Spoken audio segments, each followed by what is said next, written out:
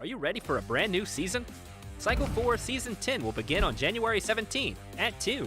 The new season means there are new legendary items to collect, which includes the C4 S10 set, glasses, parachute, mask, cover, AUG, and more. In addition, players can use the new titles archive system to view the number of times a title has been acquired, highest completion progress, which seasons they were obtained in, and more. We've also added 4 new titles this season: Phenom, Almighty, Medic, and Summit. And we've added a star display for the Conqueror tier. Every 100 points bumps you up 1 mini-tier and adds a star. Also, season badge records for Season 1 through Season 19 have been updated. So, what's your tier goal this season? And will you make it? Let us know in the comments. Best wishes for ranking up in the new season. Great news! Metro Royale has debuted a new map. It's called Misty Port. This map is not only full of resources, but is also home to exciting battles. Additionally, the map has added zip lines and stairs to make moving about easier than ever. Also, to improve the player experience, we've added new bosses to the map. Try it out now.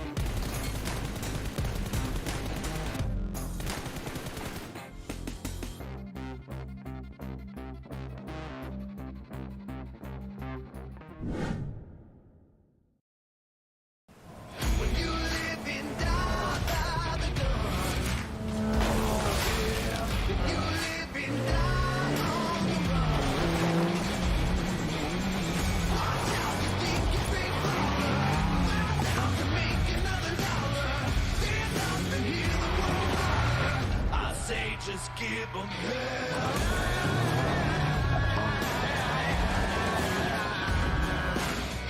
Oh yeah, I say just give 'em hell.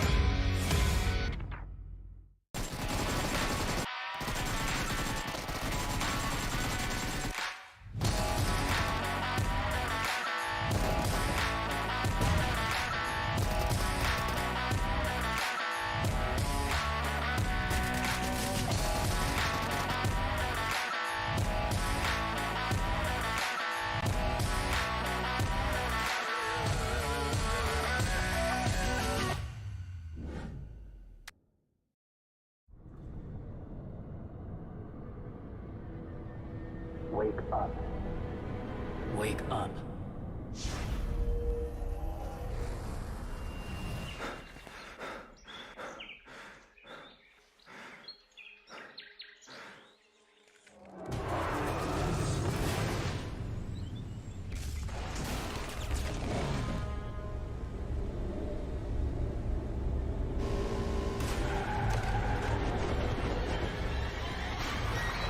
You are stuck here. You must accept the fact that there's no help but self-help.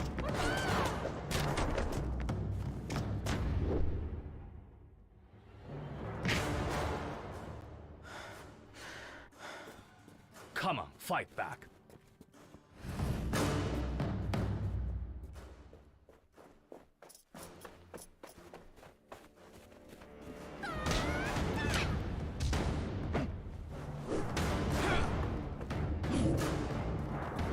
Remember, success is a journey, not a destination. Have faith in your ability. You will do just fine.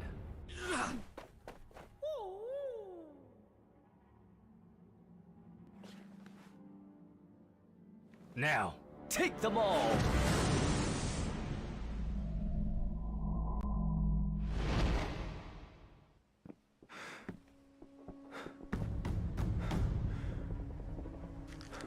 To know oneself is to study oneself in action with another person.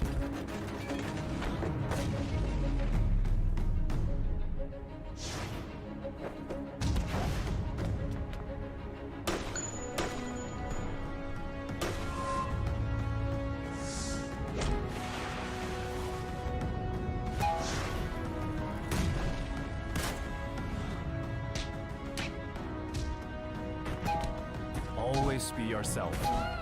Express yourself. Have faith in yourself.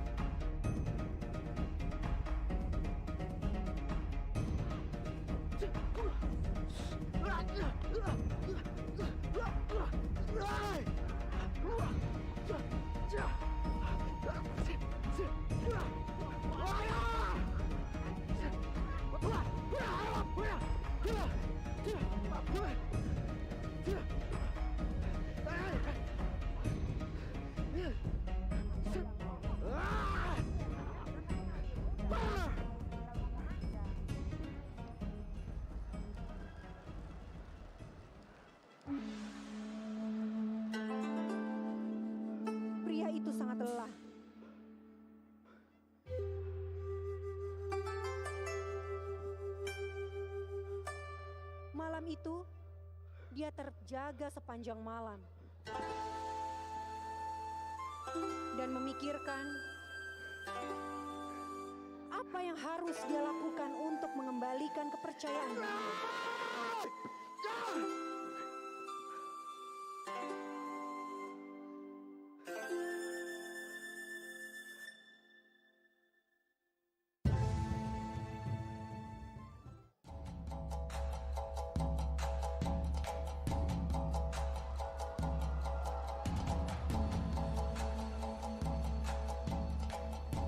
Perlahan, samar pria itu mendengar suara seperti ada yang sedang melakukan bela diri.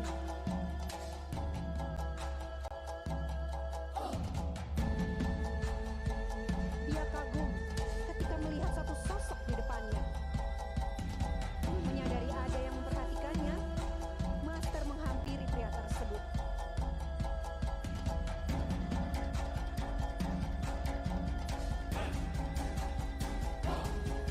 Sejak itu, Master dan pria tersebut terus berlatih bersama-sama.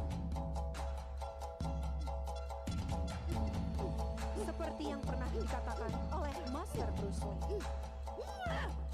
Remember, success is a journey. Have faith in your ability. You will do just fine. Always be yourself. Express yourself.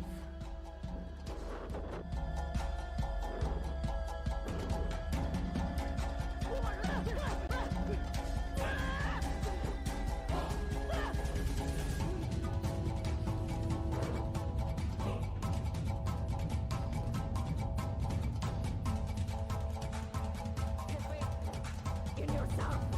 Tiba-tiba, 4 musuh datang dan menyerang mereka.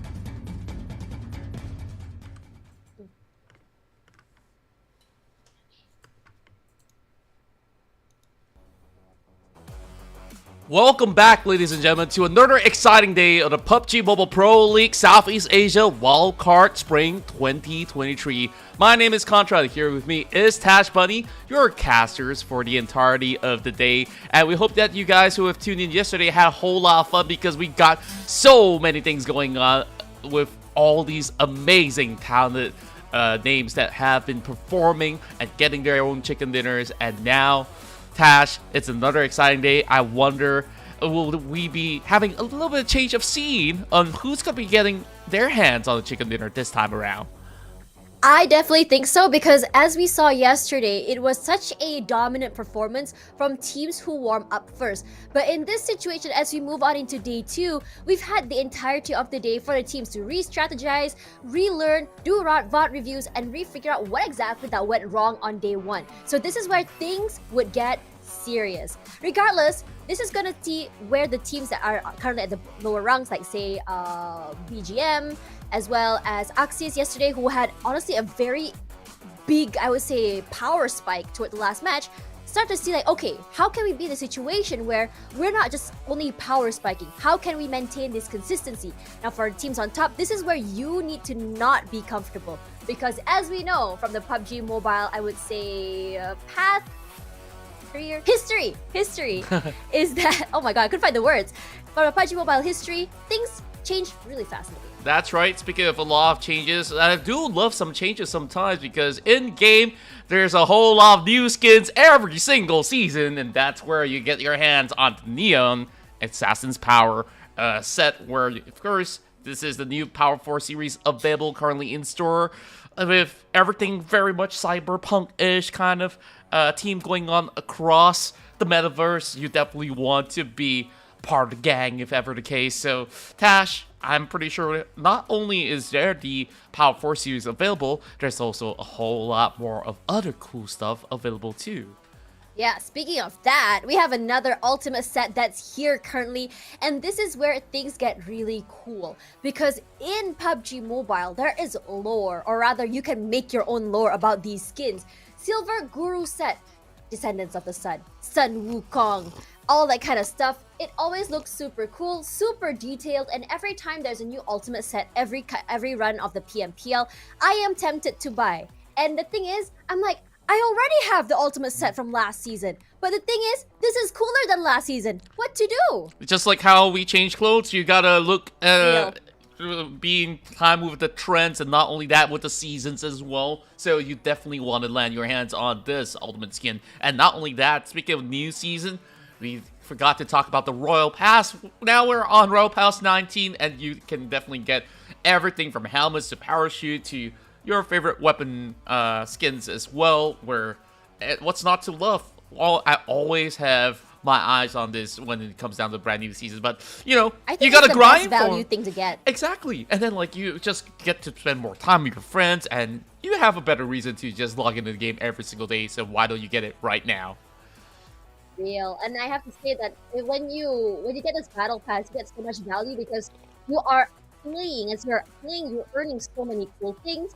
And speaking about cool things, you also have the latest collaboration here, and this time it's with Bruce Lee. We all love Bruce Lee, the GOAT, the man himself. And if you are big fans of Bruce Lee, and if you are in the younger set and you don't know who Bruce Lee is, what is wrong with you? Well, I'm just kidding. This is what you learn about Bruce Lee, honestly. By getting his skin, you do get some insights into what he is, who he is, and honestly, I think like now that the 2000s and 90s are back, right? This is where you gotta go back and watch those 90s movies and get reacquainted. that's right, and you can definitely go search up on those movies. And while you're searching on those movies as well, go ahead and drop by on our social media platform. We're on Facebook, YouTube, as well as TikTok, and not forgetting Instagram as well. You can follow us on all these respective channels, whether you're from the Philippines, Myanmar, Cambodia, Philippines, Singapore. You can just hop along, and this is where all the fun's gonna be at, and therefore you can also keep up to speed with everything to do with PUBG Mobile Esports. PUBG Mobile Esports is just more than esports. It's a culture. I mean, I just went hashtag deep there, but anyways. Wow, very deep. It was deep. It is deep because yesterday we went deep. We think that these teams are returning teams. Some of them are new ones. And these teams exceeded our expectations. We saw, as I said, Mish, for some power spike situations for I would say, some of the players that we saw yesterday, such as Axis. But putting that aside, this is the overview of the PMPL SEA Wildcard Spring. But currently, we're on week 1, February 15th to 19th. We're going to be seeing 5 matches today from Wednesday all the way to Sunday. There's going to see 20 teams randomly put into groups of A, B, C, D, and E, where 4 groups per match will be fighting out to survive until maybe finals. That's right, and the top 16 teams will have to duke it all out to ensure that they get their slot possible to compete with the rest of Southeast Asia. $40,000 is on the line, and of course, if you do notice, this point system has been updated as well. 10 points in for the chicken dinner, 6 points for second place, and third place walks away with 5 points, and the numbers will dwindle down by 1 point on each respective lower ranking itself. That's Meanwhile, scary. yeah, at 7 to 8, they share 1 point. As for teams from 9 to 16, they walk away with nothing. So elimination is a big part of how this is possible for them to gather points. And then we move on to the bonus points. So by the end of each week, teams who are placed on their standings will receive bonus points. And the bonus point on the top of the table will be 20 points being rewarded. And that number will just -1 all the way throughout to the bottom. So, meaning to say, there's only 2 weeks for them to compete for maximum points and then they will start on the grand finals with the said points. Speaking of points, let's talk about the groupings. Group A, B, C, D, and E. Starting off with YG, KE, G-Lab, Axis for Group A. Group B, you have how do you say that? SKR Esports, I believe. SKR. Ah, SKR. Then you also have Osha, the Vipers, and Power. Group C with GE, APG, Enigma, H2O. And I think this is where things get super, super serious. Because now let's have a look at the H2H, or rather the head-to-head between MiGs and Martney for YG and WPM respectively. The average eliminations are higher for YG. At least on the side of Martney, we saw some really big plays for him, very aggressive, not afraid to take up space. But look at the average damage from MiGs is definitely higher. That's right, and you can already see how well MiGs have played out, especially during those Myanmar runs where West Point Mamba have shown so much prowess on those long-range shots, and they took control of the game. We want to see more out of them, and we do expect Yangon Galacticos to continue on this streak of consistency, hopefully. And speaking of which, let's take a look at the weekly rankings for now. As we start our day to run, we definitely want to keep up to speed. We have very different chicken dinner winners yesterday, where there's no repeated winners, and West Point Mamba being absolutely consistent. They overtake Yangon Galacticos on the very final round, and Yangon Galacticos does have the highest elimination points, as it is also being matched by FOD. Well, we look at the second page here, G-Lab, SKR, PBE, PWR. They're very, very close. FCON as well as all the way up to number 19, honestly. These are only a 5-point disparity between the teams, and we started to see them really warm up from round 2. Now, BG is the only team that is still struggling, and I think that today is very, very crucial for them to really figure out what exactly that went wrong on day 1 and how exactly they can come back into the game. If you look at these teams here, we saw every single team had a highlight reel moment. There wasn't really a situation where we saw a team just don't really appear on the, I would say, the highlight reel itself. Like GE are one of those teams that I think were consistently play aggressive, love to do those really long rotations, and are actively seeking out kills to fill up their pockets with those points. Indeed, and I definitely do love seeing how they perform. And on top of that, I think like one of the best highlight rounds for a specific team from the Philippines was G-Lab, lasting over on the midsection of Pachinki as well as School, and Yes. they got themselves on the crossfire, but they did handle themselves just fine. And then down to the craziest final moments, we see FOD eventually faltering to the hands of both OJS as well as WPM, and it was down to the wire on how things go. And with WPM winning that chicken dinner, they remain on top of the table. Yeah, speaking of on top of the table, these are our top performers for Sanhok. The first map of the day is Osha, FOD, FVE, and WPM. So I think that when you look at Osha, they are the team that likes to go aggressive. They are not afraid to take up space. They go for a lot of looting, especially on this map in particular that we've noticed. And they had such a big disparity from the number 1 spot and number 2 spot in terms of getting those points, to the point that it felt like every single other team were just so way behind them. Yeah, indeed. And overall, I just love the playstyles that we're seeing from respective regions. It's very distinct, where Myanmar definitely has a flair for going for those frags. And speaking of which, of course, these are today's matches. As we start off in South Sanhok, only Group A, B, D, as well as E will be playing. Meanwhile, in Group C, the teams that will be sitting out for the time being will be the X, Burmese Goals, PBE, as well as Flash Vision Esports. Therefore, we'll see this time around, Yangon Galacticos gets their very first ever start in South Sanhok. I wonder how will they ever fare with the rest of the teams. And of course, later on, we're going to move into Erangel for 2 rounds back-to-back on Match 2 and as well as Match 3. In Match 4, we'll go over to Myanmar, and then we end things on Myanmar as well. You know, when you talk about Sanhok, very fast-paced map, high kills, high pressure, as well as a very solid plan B if you want to play the healing game. Yesterday, we didn't really see the healing game actually come through at all. I think it's because the pacing of the game was just so fast from the beginning to end that a lot of teams barely had any time to look for supplies. And supplies, let's talk about predictions now. Contra, you go first. Well, of course, when we see great performances coming from some respective teams, I believe that they will carry forward with their momentum, and KE have convinced me that they have that firepower to do so. Same goes to FOD. So mainly these are high-fragging teams alongside with Viper that have started to show a lot of strength. And of course, we have Vipers, OGS as well as WPM. Well, of course, you get to elaborate on that.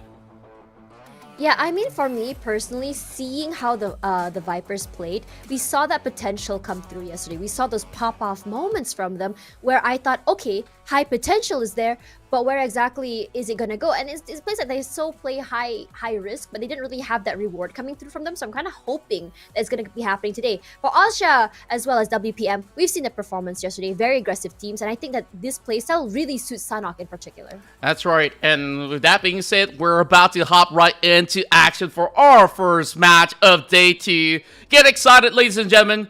We're moving into our first game of PMPL Wildcards. It's a beautiful day on the islands of Sanhok. Do you like my song? I spent all night thinking about it just so I could do it for this particular opening. I love it. You should do it a little bit more. Yeah, thank you very much for that, Contra. Nice gassing me up. I needed that. But let's talk a little bit about this flight path.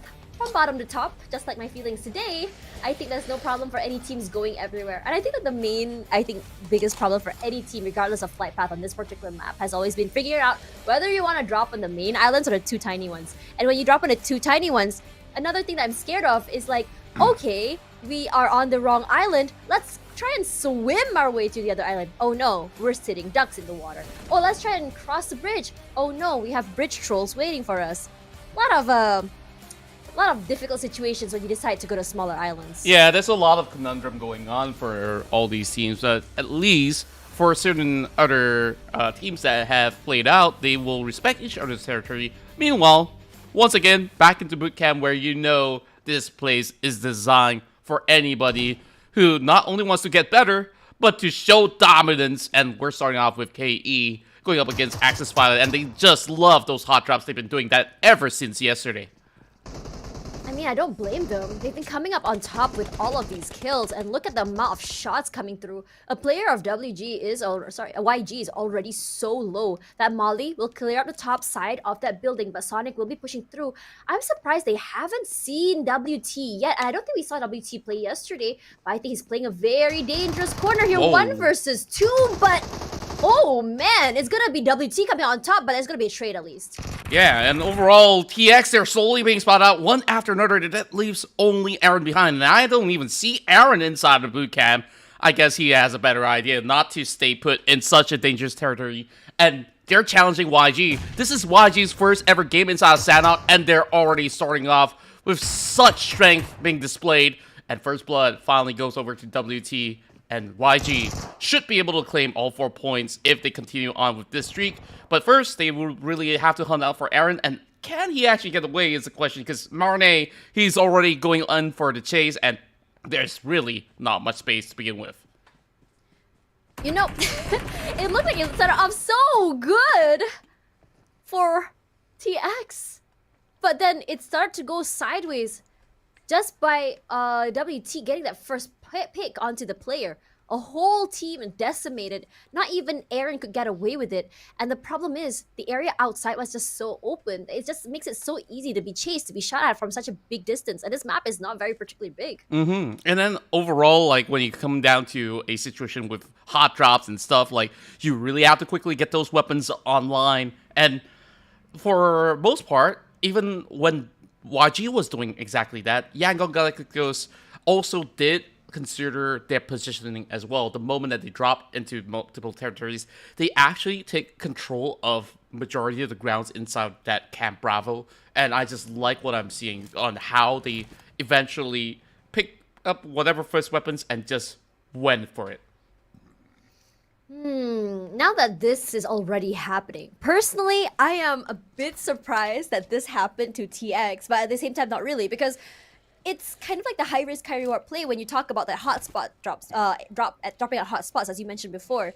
You want to play this high risk, high reward play. If you happen to get lucky with the weapons, great. You can weapon diff them. You can shoot out. You can get maybe if you don't have the weapon diff, maybe you can just get the isolation. You can go for 1v1s, catch them off guard. But for FCon, oh my God, Joseph was just chilling there. No one saw him. Yeah, I was really surprised that they never spotted any members out of. I was hoping for some roadkill. Yeah, for round 1, you know. Perhaps he's just being a little bit too sneaky. After all, like, this is Sanhok where everybody's just about everywhere. And look at what we have. Axis Fighter having their clutch master, Amir, putting on a display. And they're the ones to go ahead to finally go in for the first blood against KE. And that's where it will be traded back with a grenade. And CT is already down.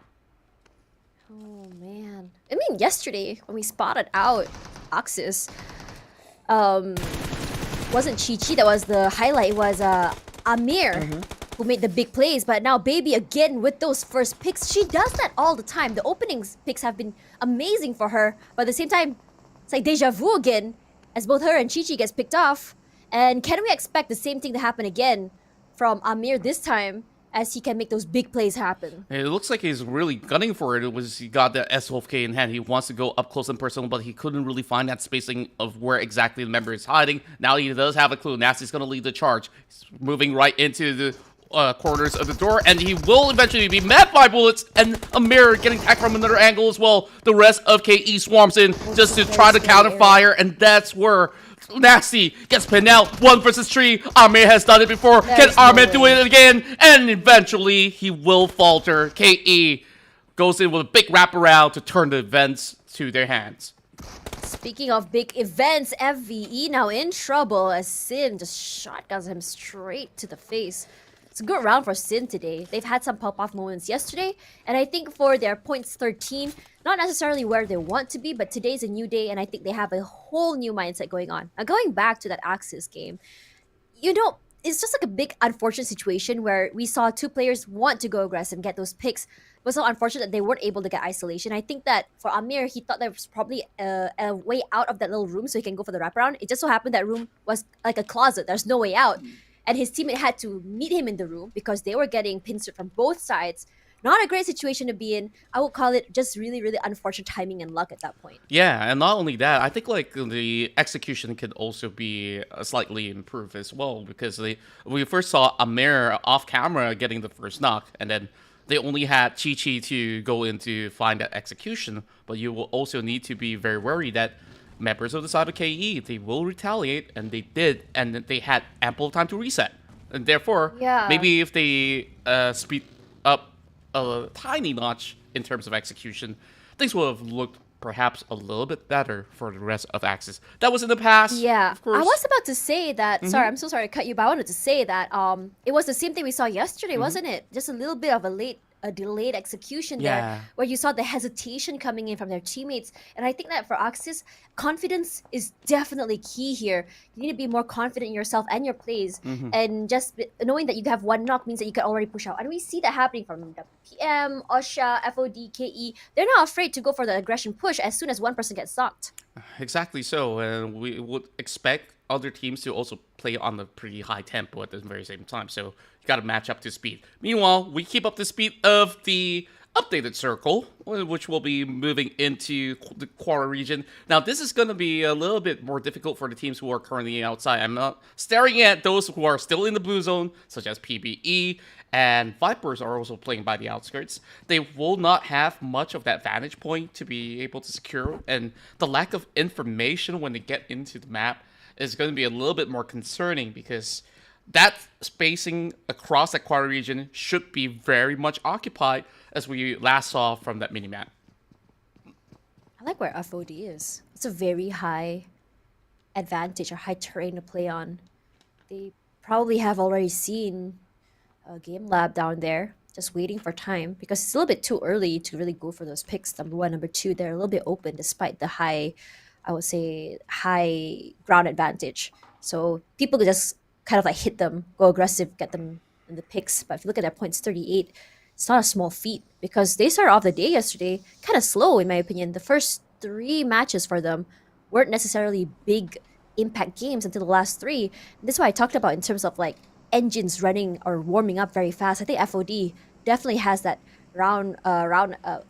map advantages, not advantages rather, but like map reaction adaptability down pat, which shows that they are a little bit faster when it comes to understanding how each team plays and goes. Yeah, and to add on top of what you just mentioned as well, they have great sense of map awareness. They're taking control of that spine on the hill in order to see whether if there's going to be certain teams that they do expect to be playing a little bit more on that slower tempo of pace, and then that's where they come and catch them off guard. Same could be said about West Point Mamba, right? Like, holding the entirety of the south side of this cave is going to give them advantages whenever other teams opt to come in from that bridge, and therefore it will be very difficult for KE, who was already there.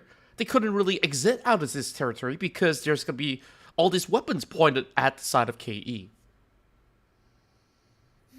For AKE here, I'm really liking how they're holding this area. I don't think they're going to move just yet. The area they have is just not, I don't think it's necessarily the worst area in the world as we come into stage 3, starting out soon. But Osha, with this rotation, they're going in hot, really fast. I think they probably have spotted members of YG, and that's why the center stopped. Because this is where, as the circle sort of shrinks, right? You want to be careful as you pass through these towns, these villages. You don't want to be in a vehicle that's going to explode on you as bullets hail all over you. Exactly so. And for now, of course, early game inside of Sanhok tends to be a little bit of standstill after those early commotions on hot drop areas and like teams contesting for spot. Now they're just trying to really wrap around the map, whether if you're playing by the edges or you're playing through the central zone of the current phase 2. It will definitely take some time before we get ourselves into the action, but I do like what we saw from yesterday's run, where we have Flash Vision Esports that consists of, majority Singaporean members. They've been able to also have a really good mix of players coming in from Malaysia as well, and I'm keeping my eyes on Ranger, whether or not if he's playing in this round. Currently, we do see them cutting across into the Painan territory, which will eventually see them getting into the circle as PBE finally have made their way from the northwestern point of boot camp to try to squeeze in. But keep in mind, though, we last saw one of the teams over on the spine of the hill, and I believe that to be Falcon that was holding into that territory. So we might actually see those battles coming in pretty early. Meanwhile, Asha, they're about to sprint up the hill against West Point Mamba. Oh man, I have high hopes for this fight. It's two teams that I love seeing battles for. Shots are sent out here. None tagged yet, just a little bit of damage. Zoning out with that molly, gonna provide them so much space and so much time, as it does take some damage from the grenade. Not enough to really alert anyone just yet. It's gonna be Astro in the front line. Amas, I'm not really liking where he is, but it's gonna be Ranzer that will be knocked down first. And it's actually all the way from the other side. Those are very long-range fights coming through here. And the resets will be coming through, no problem. But suddenly, cut the noise. You have no clue what's happening, and the noise is happening at another spot. And PBB, the moment that they entered the corners of the hill, this is where FOD came in to immediately punish them all throughout. He's going to be the one to push forward all alone, though. But they do have every other member watching his 6, and that's where Mamba is the only one left and will eventually be shorted out. PBE, unfortunately, will be the next team to go out at 14. Oh, man. The Mexican standoff continues between Osha and WPM. Look at where Skynin is. He's been making some really big flanks, some really big plays yesterday. Camper as well. Really great trigger discipline. Doesn't spray when he doesn't have to. Trying to get more information before he executes. And this is a great, I would say, example of think before you act. Now for Skynin, he's just trying to make sure that no one is playing at the bottom side here. But for WPM, they're not coming in close. They are playing a little bit close together. But look at where Federalis is, all the way on the other side. Yeah. And Mix as well, actually. Yeah, this is going to be a little bit risky, especially when I spotted out Skynin. He doesn't really have any resources to even heal up at the time being, and he's carrying level 1 gear. It is going to be very difficult for the team of Asha to contest. Meanwhile, we have another one going on. We see a couple of snakes in the grass. Marne being spotted out by SKR with an off-angle shot. And Yahiko, he's going to be able to find some picks going on for him. I believe that's going to be 2 members being knocked down. And Marne eventually falters. All thanks to that flank that SKR is covering right now. Ooh, the damage coming in for SKR. The sprays come through. YG in trouble. Not the best situation to be in, but no problem for those resets as we see a jump shot forward. This aggression comes through. But SKR, they fear nothing as they sit. They're just going to skedaddle inside and take this fight further. My goodness, they actually go in for some really swift moves, and I believe they have managed to also eliminate the entirety of Yango Galacticos as they go skr. Yeah. Well, I just have to do Okay, it. I just see have to what do you it. said there. I'm awake there, but skr coming through here.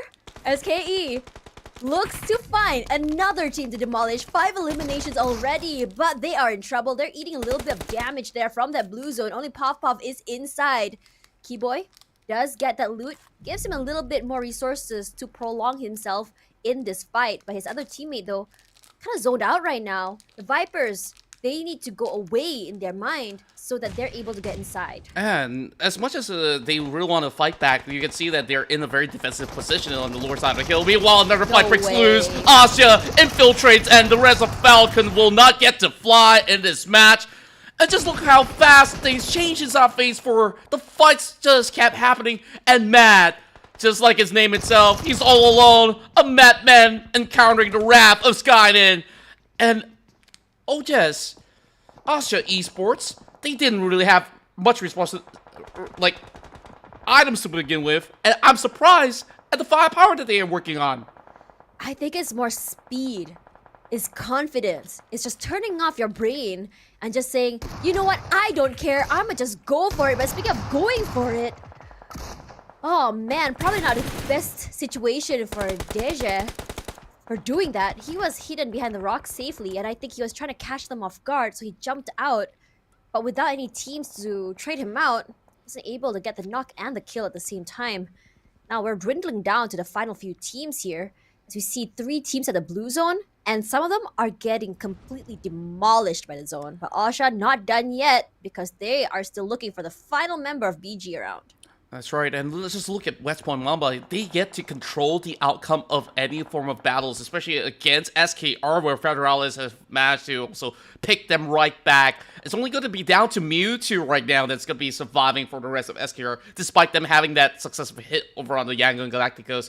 This is where things start to become a concern. They are in the circle, however, not so much for Asya. They got to make a move, and if they do cut towards their right-hand side, that's where they will meet against the rest of West Point Mamba. Circle is unrelentless, but it's gonna be Rain that finds K in the end of the day. We've seen this team kind of like go back and forth for a while now. It's really hard to rotate inside, especially against this terrain. Now, as more and more players go down, you have to understand why this is happening. It's a high ground terrain where you have to go upwards, and there's so many teams waiting inside. With FOD holding that really nice area, that the compound and everything else in between, for WPM, they're just holding the southern side here, stopping anyone from going inside. But because they have such a big area and a cross to cover together, it's really hard to get past them.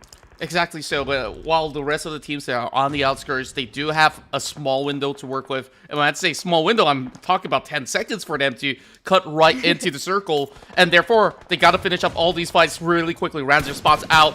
They say call Q, and those taps will be returned in exchange. And Falcon gets that knock. It will hold Asya back. And Skynet now thinks, should he go in for the save? Does he have enough time? He will eventually go in for the healing game instead and leave his members be. Man, healing game. Love to see it. Love to see how many bandages he has actually. But look at that, it's just trades on trades here to look from so many different areas. Because there's so many different teams in this area here, you're seeing 3-4 teams just duke it out, and it's a small map as well. The long-range fights are coming through. It's going to be Michi picked off here, but SKR are on fire. WPM is in trouble. We're just talking about WPM actually holding on to that area, but it looks like WPM becomes sandwiched instead. And just look at every other team. Everyone's involved in one form of altercation. The fights are taking place all across the map, and gunshots everywhere. Now, Marcos, he doesn't really have much left in the tank. It's really down to Mewtwo. How further forward can he basically pull himself in? And now, being met against FOD, it's a 4-stack against 2. The only thing that they can work around is the small window of field of view that their opposers have, where John can only look at this certain angle. So long as Marcos gets a few more steps forward, he should be at least rather safe. So circle Oh, pulls boy. toward the middle. The only two buildings is there's and KE and FOD. Now this is where things get sketchy. It's a very big area, and there's only two, I would say, villages or compounds. Now FOD has full control of the smaller compound, which is a lot more easier to manage. For KE, I know that he is in like this high pressure cooker moment where he wants to have full control of the area. But if he plays this right, he can get a few more picks, get some extra points by getting those kills in the pocket. Maybe before going out, he can last a little bit longer and get those placement points. Regardless, you can see this cut of noise coming through. No one's moving just yet. Indeed, as the dust settles for the time being, majority of all these players are just vying for position, whereas it's going to be pretty hard to beat FOD on their line of defense because that circle did include the compounds as well. Falcon, they still have all 4 members strong on the spine of the hill. That's where they can easily look down upon those other teams as well. But I'm really impressed by how Game Labs have been performing. They spot one down the outskirts, and that will be the deterrence of SKR moving forward. 6th place finish for the squad, while FOD just turtles in. As much as they're surviving, they couldn't really farm the numbers versus Game Labs, but now they're sending John to do all the duty. Oh man, Joseph pushing up forward through the smoke. G-Lab wants to be really sneaky. Dragon's so very low, but it's gonna be him going down instead. FOD is just absolutely wrecking Game Lab right now, going down, only losing Nung, and I don't think it's going to be a problem to get that revive as well. But the problem now is as the circle pulls, look at who's all the way up at the top side of the terrain. It's going to be FCon this time, who had taken away that area from WPM earlier. Circle pushing forward here. It's so hard to push up because they don't have the numbers. They have the numbers advantage, but they don't have the information. And they don't really have covers. They really have to run blindly up the hills where St. Cloud Q is already holding out alongside with Chanlone.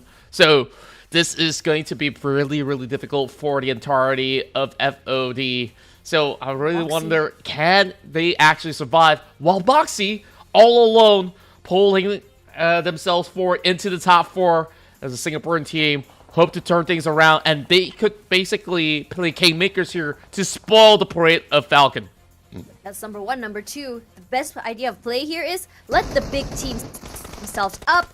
The aggression comes through from FCon and FOD at the same time. They did. But look at that. FOD is just winning, demolishing FCon. We can see how in trouble they are right now. FOD only losing 1. Wow, beautiful grenade. Gets 2. And this is the best scenario for FOD. And now it's down to this very moment where even FCon, they're slowly getting deterred with some strikes landed upon Chanlone. So this is a perfect opportunity for FOD to strike, but they are going for the reset. Zhang still crawling on the ground, and he will definitely need a little bit more of assistance, while Andrew slowly sneaking upon it. They do find the angle. It's only down to easy for FOD, and with 2 members left, they will try to draw blood, and that shots being fired out to D to Y. But for the time being, they will have to go in for a quick reset. KE as well as FV, sole member surviving, and now it could be down to 1v1v1, but Falcon comes in with an advantage and still keeps 2 members surviving. It's actually crazy how the team start off with 3 and 4 players, find themselves on a leveled playing field with the rest. 2v1v1, and the shots come through. KE, we know that he's been surviving for a long time. Same goes for FVE. But Davan is moving up toward Moxie. Moxie just holding on for time. Not sure if they actually notice each other. Wait. For FCon, they have the cross come through, but it's only Moxie that comes up on top. They know exactly where he is. And you're going to see the push coming out from FCon. Proning down, playing the smoke game. And because it's a numbers advantage, if Moxie isn't able to reposition, that's beautiful how he just dodged that. Great anticipation of that grenade, and he needs to play the isolation game, but it doesn't really matter because FCon knows exactly where he is. Winner, winner, chicken dinner. Falcon Esports have tried by just having the high heels advantage, and then they just make it rain, make it happen, and they will be the first one to win this for Myanmar. What a beautiful finish as well. You saw that push coming in from FOD. That could prove to be very lethal, and how they handle the situation with the flank to cover grounds to deter FOD's hot pursuit have kept them surviving, because we see them slowly losing members, but with only 2 more left, they finally going for the final reset, and all they have to do is to seek out all these stragglers. And it could have actually been Flash Vision Esports that could basically come in with the biggest comeback of playing it solo alone. But look at these numbers. Andrew was impeccable. 1,092 damage. I don't blame Andrew. He was always in the front line and very, very okay with taking up that space. Now, what's really important to talk about is the fact that FOD nearly demolishes them. They were 3 players down, but the fact that they were able to come back, the last remaining member was able to come back on top, kill the final member of FOD, and then pick them up one by one, get that reset, makes it so valuable. And the numbers advantage they had, just because it's just 2 versus 1, and the other solo players met each other first, it could have been anyone's game, honestly. Definitely, and when we take a look at all these teams that have been able to perform inside of Sanhok, it wasn't really the same type of trend that we saw back in day 1, where the initial match was a little bit more slow tempo. This fight involved everybody committing into full-on 4 versus 4 team fights, whether it's from a distance or from a short range. Of course, starting things off, Yango and the Galacticos had a great run, and then KE did manage to wipe out the entirety of Axis Fighter inside bootcamp. And then everywhere else is just helter-skelter, right? Like fights happening left, right, center. I believe this to be the round where majority of the teams who have participated have walked away with at least 2 points or 1, except for those who did not actually win the trades very early in those hot drops. Honestly, FOD had a really good run today. It was, honestly, this is one of their best performing maps. It's just so unlucky that they got caught off guard by AFCONs. Look at how they played that. Andrew from the other side, his teammates were definitely, I would say, the bait, giving him so much space, distracting them away from him, and all he had to do was just make sure that he landed those shots. Now with 22 points, the magic number from yesterday seems to be rolling over till today. We're gonna be see AFCON get their first chicken dinner of the day. Okay, E comes out second place alongside FOD, 13 points each. Our G-Lab as well as SKR as well, 9 points each. And honestly, today looks more consistent across all the teams compared to yesterday. I absolutely agree, and that also shows how hungry he is in terms of what they're looking for. Every single team are just stepping up to the plate. As for those teams who receive 0 points in return, like I said early on, like they got hot dropped, or whether if they came into this altercation of a 4-way street battle and they just got hot in the crossfire, unable to do much. But majority of the case, everybody was just on their toes, and that's what I absolutely love about this round instead of teams playing extremely passively. I think what's also really cool is the fact that even though these teams like WTM, YG, or even Sin and Asha, we saw them have a lot of highlight moments, regardless of whether or not they came out on top or whether or not they got those points, because they had these really long and prolonged fights coming through.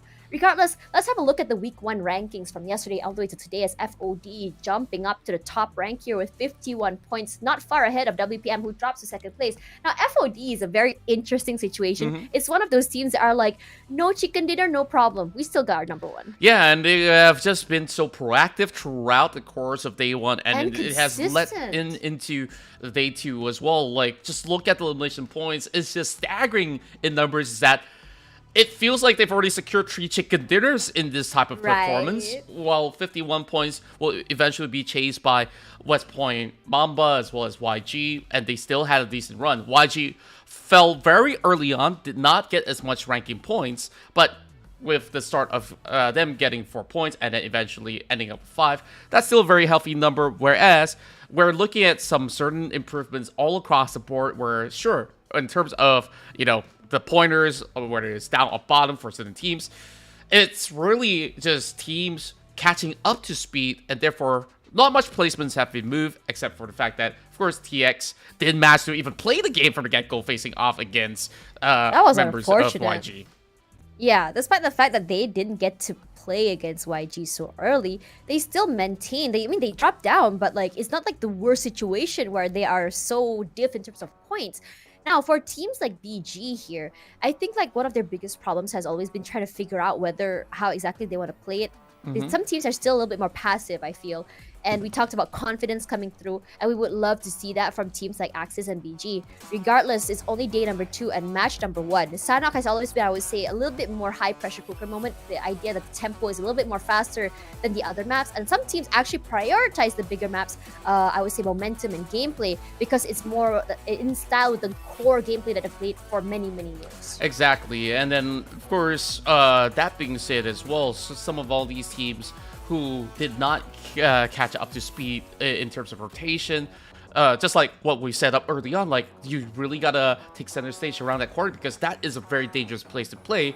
And we're looking at teams like PBE, they take their sweet time to cut in.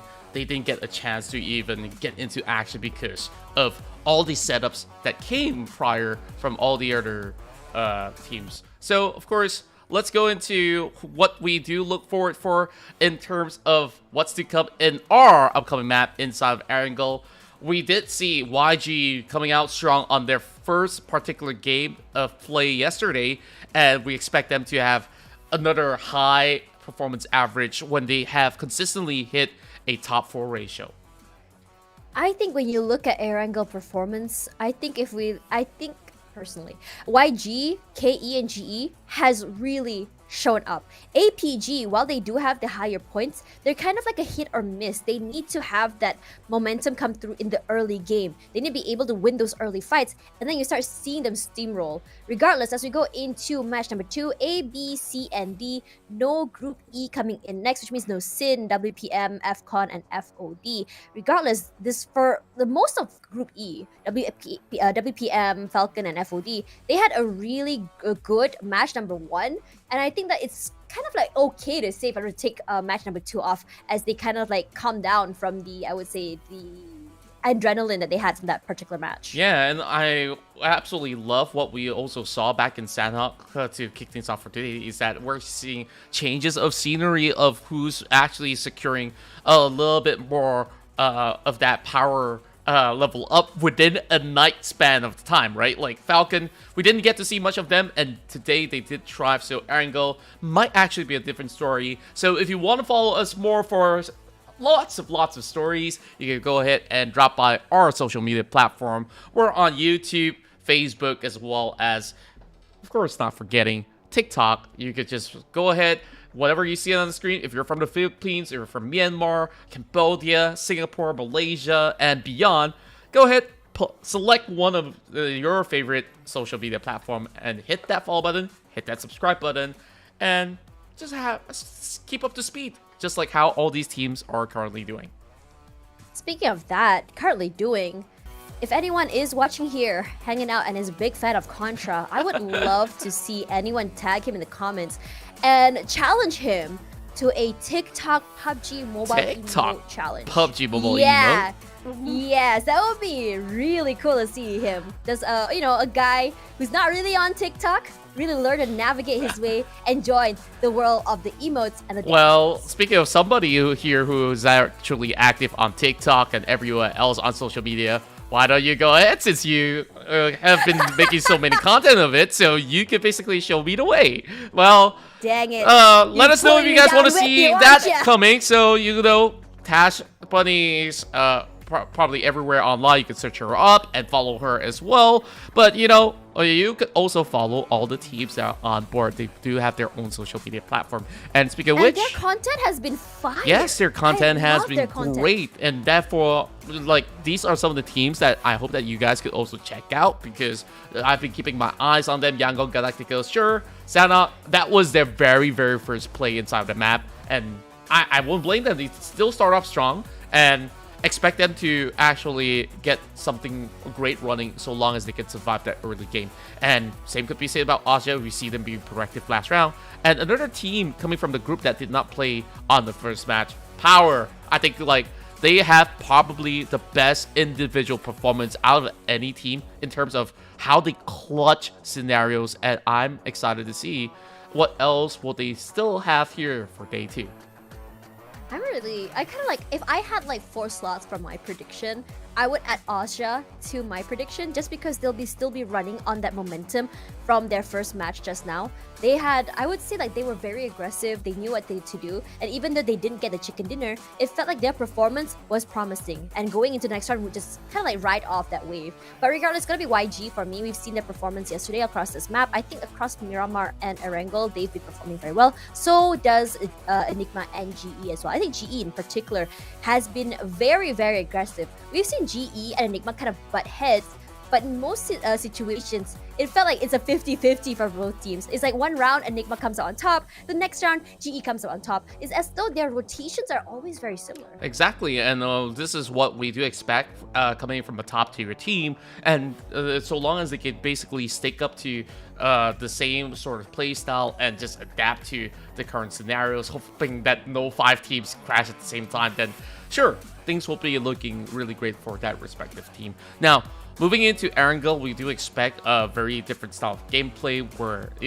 Sanhok, I definitely did not expect it to be so explosive because typically, back in the past, whether if other regions of PMPL, teams love to take it slow, and maybe it's also due to certain updates of the game where, maybe the blue zone damage has been increased, therefore nobody's really surviving playing the healing from the outskirts anymore. So we get this a better chance to actually see very proactive plays to secure that chicken dinner, and that's where it falls in the hands of Falcon. Now, question is, can Falcon actually pull off another chicken dinner eventually throughout the course of the day?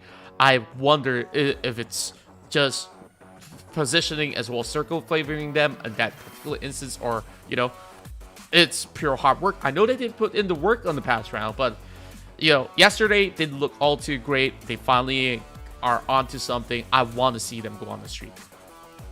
I think it's going to be really awesome to be able to see 2 teams, or at least one team, go on that back-to-back chicken dinner. We love seeing those situations, especially as a team rides off the high of the previous round, given the fact that they are very, very aggressive. Now, coming back to my predictions here, I think that because it's going to be their first match of the day, and they are very, very aggressive to the point that it's almost like they shut up their brain and just say, just go guys, just go. We have their information, just go. And it's very smart on how they play as well, because the way they grab the information is just very quick, very swift. They don't really take too much time to think, but at the same time, it's like this orderly chaos that comes through from GE. It's very different to Enigma. They are very, very more, I think if you notice how they play, it's like a well-oiled machine. Everyone moves at the same pace, the same areas, everyone's having a cross, everyone has each other's backs. So sometimes when you are very, very orderly, it comes to a point that if something goes out of formation, things can just completely fall apart. But when you are also in a chaotic situation, but you know what exactly is happening, you can kind of keep the enemies questioning, and I feel like GE has that in the bag. That's true, and GE definitely have shown a lot of progress as they have really caused quite the storm back in day 1.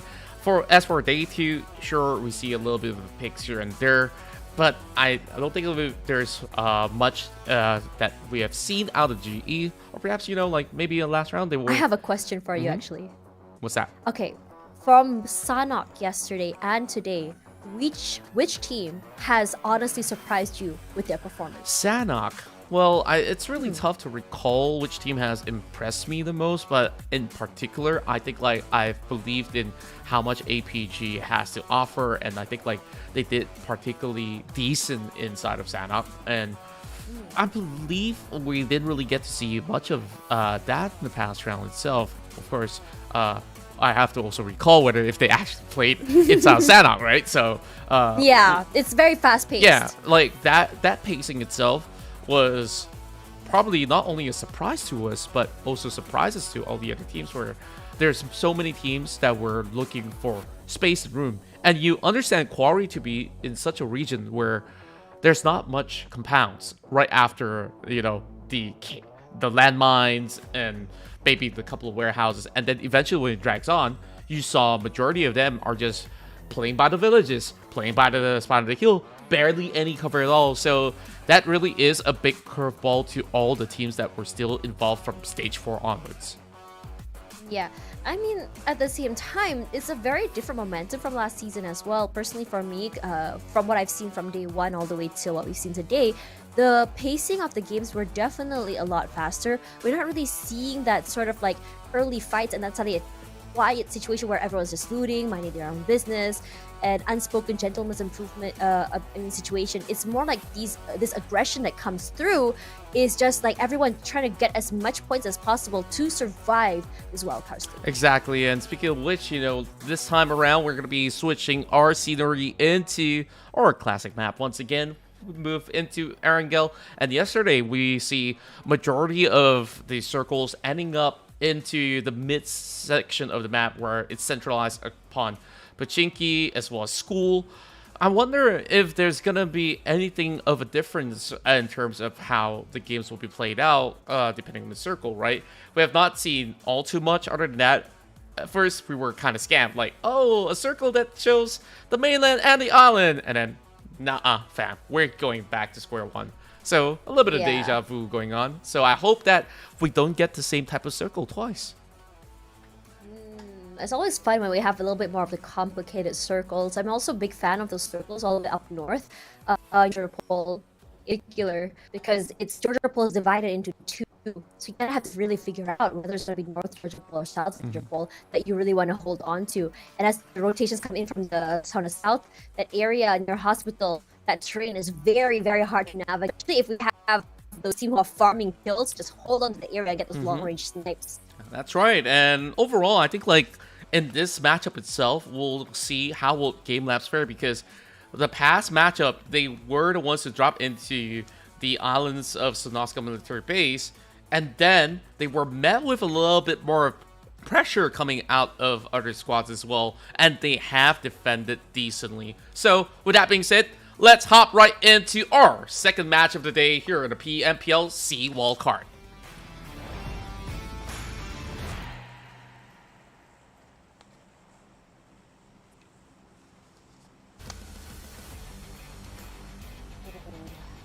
Very, very exciting as we go into the classic maps, because we are in anticipation. The pacing of the game changes. We have no clue where the circle is going to be, but we do know where the flight path is going to be. And this is a very, very high flight path from SMB all the way up the southern side, which means that usually to the left side is going to be. But because of that as well, we're going to be expecting a lot of bloodbath, a lot of fighting for that limited, I would say, weapons, vehicles, and maybe we can see like one season some road races happening in the beaches.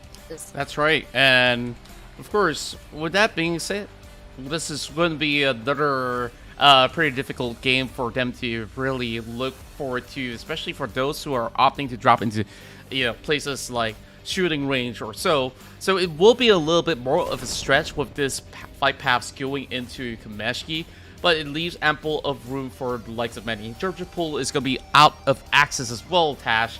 So with that said, it is not as certain as to how this first circle will dictate the pace.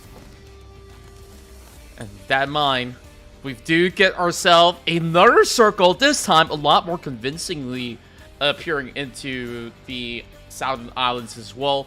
Does cover some sections over on the corners of Milta, as well as, not Milta, Gakka, as well as the southern side of the terrains as well. We're already seeing a little bit more action going on, and that's where members of the Axis Fighter group are seeing it to be a little bit of a hiccup, as Amer now being knocked down initially. Anchor PUBG now pushes on from the far distance, so that should be enough for Axis to respond in time. Ooh, this is really, really scary.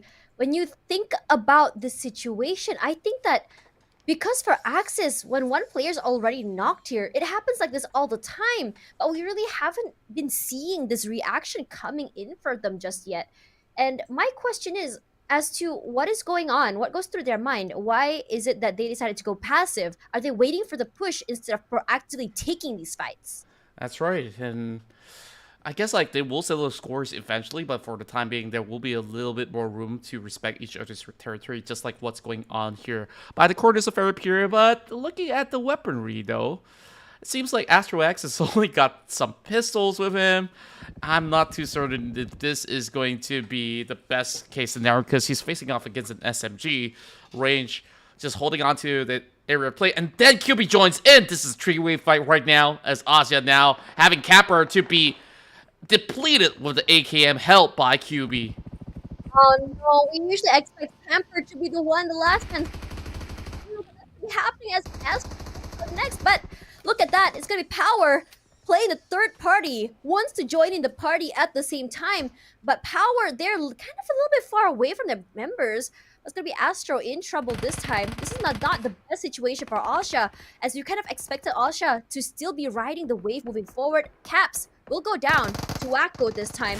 This four-way fight, rather, is very interesting to me, as Enigma picks off 2 already, but will be punished in turn, and this is going to be Wacko. QB on fire. This Wait a minute. through, but does not realize that someone was shooting him right beside him. What were you looking at, my friend? He just climbs over the wall and surprises him, and Power comes in to style upon the rest of the members of Enigma. Spooky, the only one left. He still has a grenade. Perhaps he can find a couple of catch. If he does land this defilate, he will zone him off of the Molotov. Meanwhile, Koopa holding on to the other angle will be able to give a little bit more supplementary cover. They spot out few. They will stop the push, but for how long is the question. This early initiation coming from all these teams are due to the fact that they want to rotate early to the island, and they are paid a hefty sum of a toll fine. And my goodness, range so low, and he's still hunting out. There's so little left. Oh my goodness, 16 more bullets. Can he do the trick? No time to heal, my friend. Range does it again. Did he get it? He does. What happened there? Oh my god, 1v1. downstairs his teammate is coming. 1v1 situation. Range coming out top, but the one that wins is Koopa. I can't believe that Koopa got away with that, and I can't believe that he managed to bring down Spooky with that run and gun. That was absolutely nasty. And with that, Enigma, 5 eliminations in the pocket. My goodness. Absolute madness and chaos going on by that corner of the bridge. And mind you, the only reason why Range have lost that control over onto the top section of that compound was because he was close to 0 in terms of the bullets that was left on the chamber. Only 10 more left in the tank, and he doesn't really trust his guts whether or not that 10 bullets were enough. He was hoping to get more in return by just spraying into the smokes that were being set up.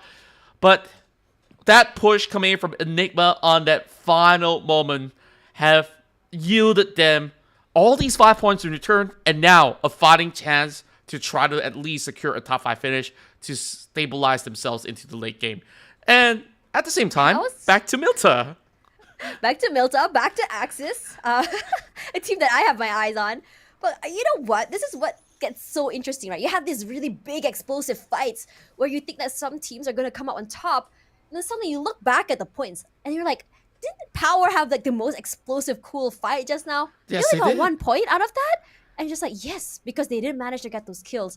And this is the high risk play that we talked about. Because sometimes there are some teams who would use other teams' teammates to bait them out, to get those fights so they don't have to be so proactively going around to find that information, right? But at the same time, if you go down, the team, your teammates are going to go down, you will die, and they are going to be able to pick up their teammates, and you don't get those kills. So I think at this point, you kind of have to pick your battles, pick which is the best scenario that you want. Exactly, but that being so chaotic, we'll also keep in mind that Osja was involved in that fight as well. It all started I was with surprised them. they were there. We almost forgot about them because of how explosive the fight went between Enigma as well as Power. And it was such a great showing, right? And Osja, they decided to pull back, but in exchange, they walk away with those 2 points, which are vital, by the way. Meanwhile, look at Blurry's goals, what they're up to. We see one member over on the corner of the waters, and just taking a quick swim. Let's see if they can make it past safely. Meanwhile, the rest of SKR, this time, not gonna be going guns blazing. They will take their sweet time, still wrapping around the first stage of the blue zone where they aren't gonna hurt all too much. Hopefully, there's enough resources inside Yasnaya Polyana to just get by. But the longer they take, Okay, it's gonna one be of my hard. favorite teams. Look at them. Yeah. Cavalry's going. Aggression. You feel so cool when you ride the buggy, I'm not gonna lie. I feel so cool. And you feel so aggressive at the same time, but also have to remember the chance of you getting body shot and headshotted also very, very high. Now, if you look at West yesterday, I think he was the high performer of the team. West has been really coming in clutch, great with those flanks, and making sure that he's able to get those trades with his teammates. I'm wondering if he can maintain that consistency again today. Perhaps so, but only time will tell for the moment as the rest of Burmese goals. They make themselves across the waters very safely. So, and I just love the addition of so many of all these new territories where you can still dock in and loot the moment that you get by. So the rest of Burmese goals, they are currently inside of the island and they will reap all the rewards. Now, finally, the teams kept on moving forward. As you see how far some of them are, Vipers are moving in from the corners of what I do believe was Stalbert. Migration. Yeah, exactly so. And then Yangon Galacticos have finally left South George for the time being. So expect there to be a little bit more of that congestion over onto the west end of the bridge, as well as the far east where we see PBE about to even get close to members from Axis Fighter. I really want to say that every time I've casted this game and we saw people on a boat, it's always ended badly. And I'm hoping that it's not me that's bringing this boat curse to everyone. But speaking of curses, the aggression coming in from H2O. We haven't seen H2O perform yet today. And I'm really excited for them. Because it felt like yesterday we saw that potential come through. We saw the plays come through. But it felt like they weren't really able to really step it up. It's just so unlucky for them, but it's going to be Axis that's unlucky once again, but H2O is taking that damage from that beautiful nade from KE. Two of them down already, and it looks like Chico is in trouble. Yeah, Boyshawn will be suppressed by some shots coming in from Labo as well, covering the flank angles, whereas they try to converge upon each other. And H2O, they have been breached and infiltrated from all corners, and they will lose majority of the members. Pop there, covering the flank angles at the same time. Whereas, there will be a push coming in from Labo, and even Pop spots that out. H2O on the first game of the day, not looking so hot. Perhaps it's just a little bit of warm-up for them. Whereas, we did talk about PB as well as Axis. They now lock horns as they try to make themselves past the bridge. And Nasty is the first one to be shot. If you look at where KE was just now, they are in trouble as another team is rotating to their area. Because if you want to rotate in with those bridges, that is where things are going to get complicated. We talked about bridge trolls. And we saw how many of them holding to so many different parts of the bridge just to farm some kills. Regardless, Amir nearly gets knocked out. He is very low. No push out yet from PBE. Taking their time here as they move forward. Wants to not be in trouble, but Vipers are in trouble as KE hasn't stopped the aggression just yet. They took down one team, and they're going for round 2. Indeed. And KE, they can take their sweet time all they want. They do have just about enough resources, especially after winning the trades against H2O. They will eventually loot up, but pressure is still on. Vipers, they're slowly haunting them across these corners, and doesn't seem like they have much space. They still have a couple of vehicles that they can still utilize, but the pressure is starting to boil, whereas Spoogle will be eventually being met by shots being fired from Angkor PUBG. But why are these guys lurking around on stage 2 on the outskirts for so long? I mean, they gotta settle it really quick, right? Look at how far they are, still in Pachinki.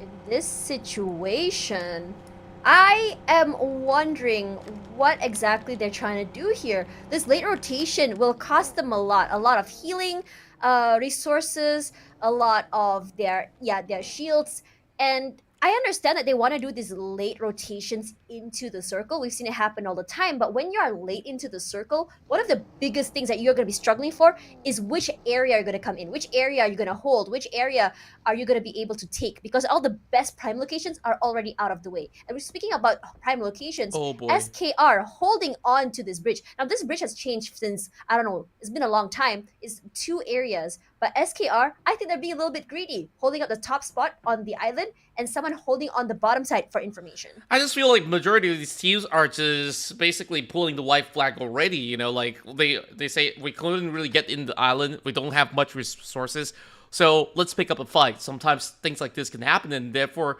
what happened to Anchor PUBG was exactly the same. They just decided to leave, and then they got picked off by some of the members of SKR at the same time.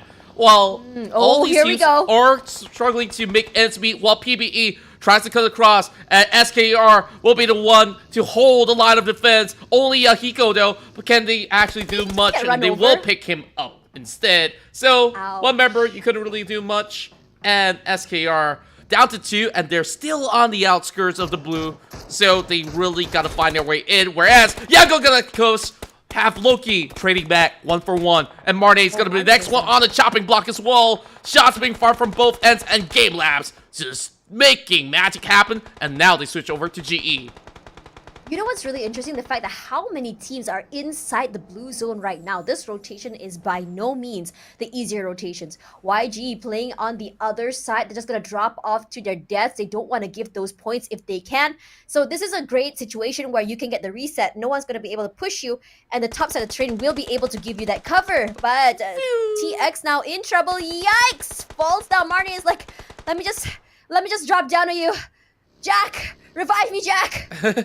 Well, I'm not too certain if they do have enough to do much, because at least dropping down gives them a lot more cover, understanding that, okay, there won't be any shots being fired from our back, right? So they will have to climb up that hill once again, though it will take them a whole lot of energy and time. SKR are doing so much in this particular match. Just look at them go with a lot of picks, but yet to really secure these kills. They only got 2. Now they finally add 3 on the block. Whereas the X as well as PBE, they lock horns on the outskirts and they finally reach their destination. But everybody's drawing blood, and then you see, all of a sudden, the entire team disappeared. TX came up on top, PBE is no more, and SKR still holding on. Man, the circle just keeps pulling and pulling to the middle side of the island. And FVE has the southern side, actually, a plane, at their disposal. They want to take up a bigger or better area to hold, because if you think about it, those areas up to the northern side there gives more cover. But look at how many players are going down to the outskirts of the play zone. It's a really hard rotation, especially if you came out from the northern side of mainland. But Hang will be going down. TX, once again, struggling to get into the circle. YG as well goes down, and looks like they're gonna have a little barbecue. Yeah, looks like they will have to deny some of these points in return. They couldn't go anywhere, honestly. Yeah, they were just absolutely suppressed by Burmese goals, and now there's only gonna be Loki left, and therefore nothing much. BCBG though. Yeah, and even BG got eliminated? Wow. I was not really expecting the turn of events. This round is kind of wonky, if you ask me, on how crazy this scenario gets. And, you know, all of a sudden, despite Flash Vision being on open terrains across the Nosco military base, they actually have the biggest of advantage, because they have already secured 50, well, I wouldn't say 50, 40% of the area of military base. And now they're about to infiltrate all these compounds and will eventually look for Skynet. I'm really liking this proactive, aggressive plays coming in from FVE. They heard the information. They want to get as many resources as possible. And I think they did spot out Skynet as well. So that grenade was a warning grenade, okay? It was like, you don't come here. It's my house now. You get out of here. But Skynet also has some things in his mind. I think those smokes, rather, or that stun can also be used to his advantage if he wants to. He can just maybe get a pick and then get a spray down, maybe get 1 or 2 points. In this situation for Asha, you want to just survive for as long as you can, and that grenade is going to hit out at him. That's exactly how you want to play it. Moxie eats a lot of damage, and they're just so confused. Where did that grenade come from? The smart plays coming in from Skynet, right? Despite him being all alone, just knowing exactly what to do. Excuse me for that. And Skynet, with him being the only member left, he really have to be quick-witted on it. Loki. Last man alive from YG. My prediction not coming through, and you know what else is not coming through? G-Labs, a chicken dinner situation here. As Newbie goes down, his teammates are ready for that trade, but Dragon comes up on top. Beautiful shot to the face. Immediately finds another one. You know what? I take back what I said. Their dreams very much healthy and alive. The teammates picked up first was definitely just the distraction, and his teammates coming round. the teamwork that comes through shows that they are ready to support their brother. No man gets left behind. That's right. And as we carry on forward, we are already seeing a little bit more tussle on the outskirts as well. Whereas, as for a majority still of alive! all the other players of Game Labs, they're just struggling against KE. Damage still being done despite Pop-Pop going down. And the rest of G Labs should be able to clean up shop and eventually go in for the rescue as well. Circle now favors those who are already inbound inside of South base, as well as the current area that Game Labs is currently holding on top of the hill. And the X, they heard all that ruckus. They're in between all these sort of chaos, so they will hold their ground and not reveal their own location. Game Labs just knows how to take it slow. And mind you, Game Labs, this is their home. They started from Sonoska military base. They should have the know-how on how to secure this round win. I like this disparity between these teams, how some teams are holding this area on the high area of the terrain for G-Lab. Then if you look at the southern side, FVE is going toward all the way to the southern side inside of SMB. Now, it's really interesting when you think about it, because when you're inside of SMB, I would think that because it's a lower ground and a very, very open area, it's going to be really hard if the circle pulls up toward the northern side. But FVE, with so much control of SMB, it's going to be really hard for SKR to really not only take these fights, but to really figure out how exactly to navigate through all of the buildings. Because in this situation, they can be separated, but still have a really nasty crossfire coming through. With TX separated, well, Zen rather separated from his teammates, I think that they did have a tussle, but he has no idea where exactly Nin is, and he doesn't want to take any, I would say, chances. Exactly. Zen now coming up close and personal against Skynin. They have all three players wrapping around Skynin. Asia's days are numbered, but can he pull off an upset is the question here. And Exotic immediately goes in for an elimination. And it's a respectable 7th place finish. And even finishing on 7th is so difficult for all the rest of the teams that couldn't really cut into this particular matchup into late game due to that difficult circle being so treacherous to those who are coming from afar. So, with that, I would say, Skynin, props to him. He survived long enough. And Skynin, just playing for the placement now. That's exactly what he has to do as the final person left alive. Maybe get lucky with those picks. But in this situation, for SKR, not able to get inside SMB, maybe the right play is to play outside of the circle, make a long rotation. But the thing is, when you are playing in an area where it's kind of like a, I would say, an elevated position, you don't know who's waiting up on top.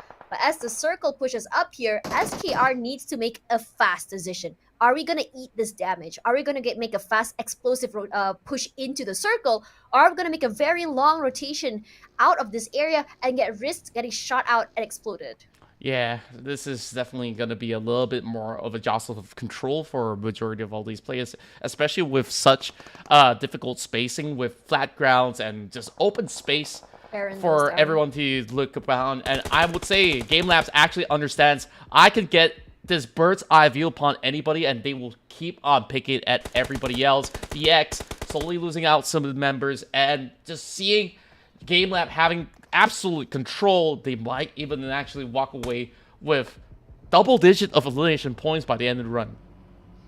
Yeah, and if you look at where TX are, they are so just separated. They can't play together. They can't pick it up. But Dragon, that is a very long-range kill. He eats some damage in return, but he's done his job. Taking down one player is enough for him. GE has to take up this fight with the other members. It's going to be West 992 once again with the aggressive plays, pushing up. I know that he wants to take this fight if possible. And there we go. Exactly as I predicted, 992 taking down Dragon in return. I think that's a great situation for them because it eliminates the danger as well as the person putting in all of these long-range sort of damage. That's right. Now, hiding behind that tree, he's got to keep himself absolutely safe. And I'm absolutely surprised, right? Of all the teams that are still surviving, SKR have seen the most battles, especially with them camping on the bridge and doing so much over onto the eastern shores.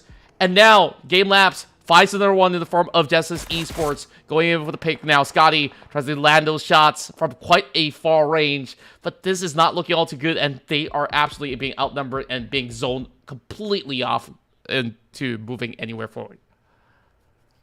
GE with only one player left alive all the way up in the northern side. Look at the area he has to traverse to get to the circle. So very, very long, flat area have to go downwards as well. And you've seen the long-range shots coming in from Game Lab. It's scary. It's sharp. And speaking of sharp, it's going to be Master's Eye going down to Raul.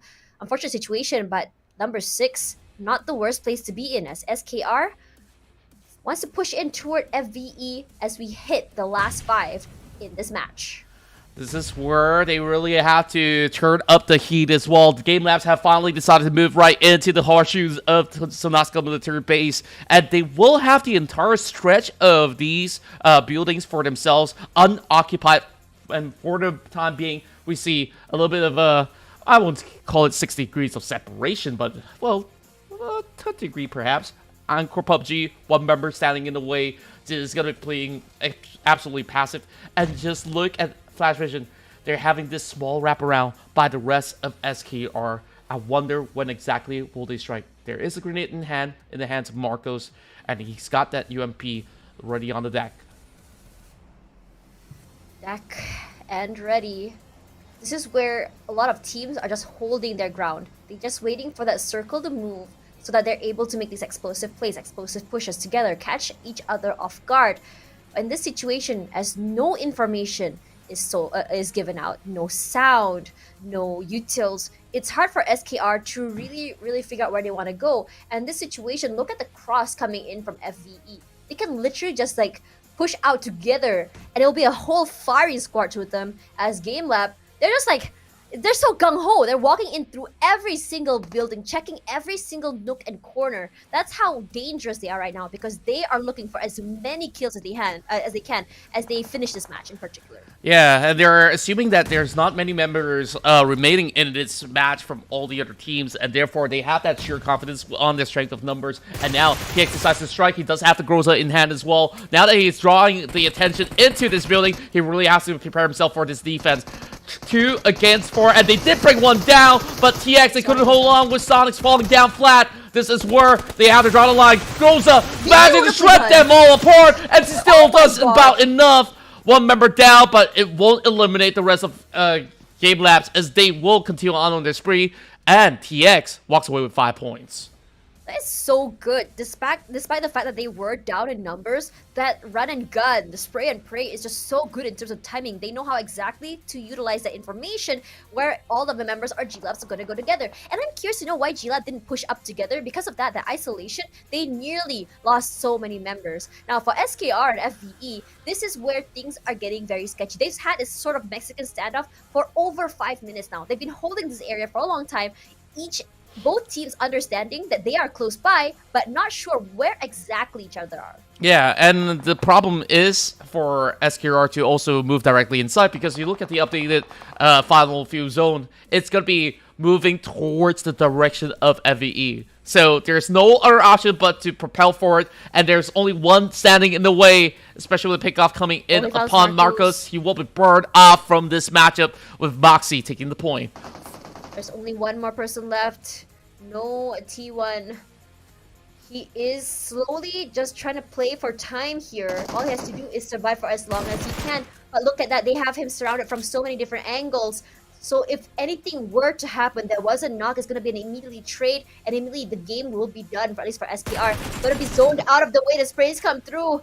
SKR now out of the game. But with 5 eliminations, I think this is their best record yet. Indeed it is. Flash Vision Esports now has a lot more room to play after clearing the entirety of SKR. They now have that free reign, so they know, okay, nobody's going to be watching us from afar anyways. So the only difference maker here will be Kai from the outskirts, because he's holding a little bit of a flying angle from the outskirts of this military camp. While the kid, he wants to sneak right past everybody's noses, but he will find himself in a little bit of a dire situation when he does cut across. But for the time being, Dragon as well, Scotty, he's not looking upon his way, and eventually Scotty comes over, so this is where I think is his window of opportunity, should he find his way into the middle of the circle. But keep in mind, G-Lab as well as FVE, they're having all their eyes set inside the zone. G-Lab, with these 2 buildings in their full control, gives them so much space to wiggle around, get the bird eye advantage, and if they were to be pushed through, it's really hard to figure out where exactly each player are going to be.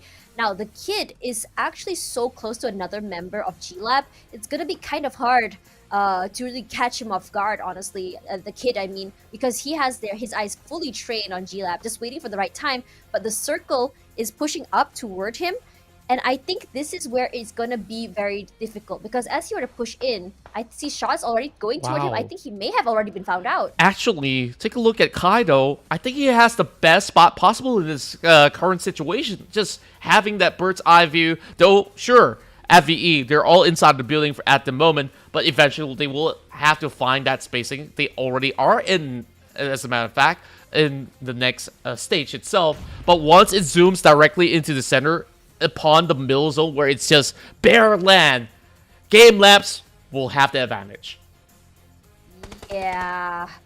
Look at where Kai is. I love where he is. I love how they're not afraid to play alone. Play so far away from each other, but still be able to relay the information to each other. But the kid eventually does get found out there by Chewy as he had to push toward the more open area. I think he had already predicted this. Third place, not the worst way to go. And now it's a 3-on-4. FVE dominating right now with 5 eliminations.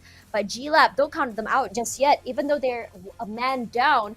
But their area control has been pretty phenomenal throughout this entire game. They're very aware of how exactly to play is. They know that Ranger is on the other side, sprays through, thankfully able to get out alive. Chewy will be the one to punish for it. And the reposition coming through, Ranger trades out, but the Dragoon will find Ranger in return.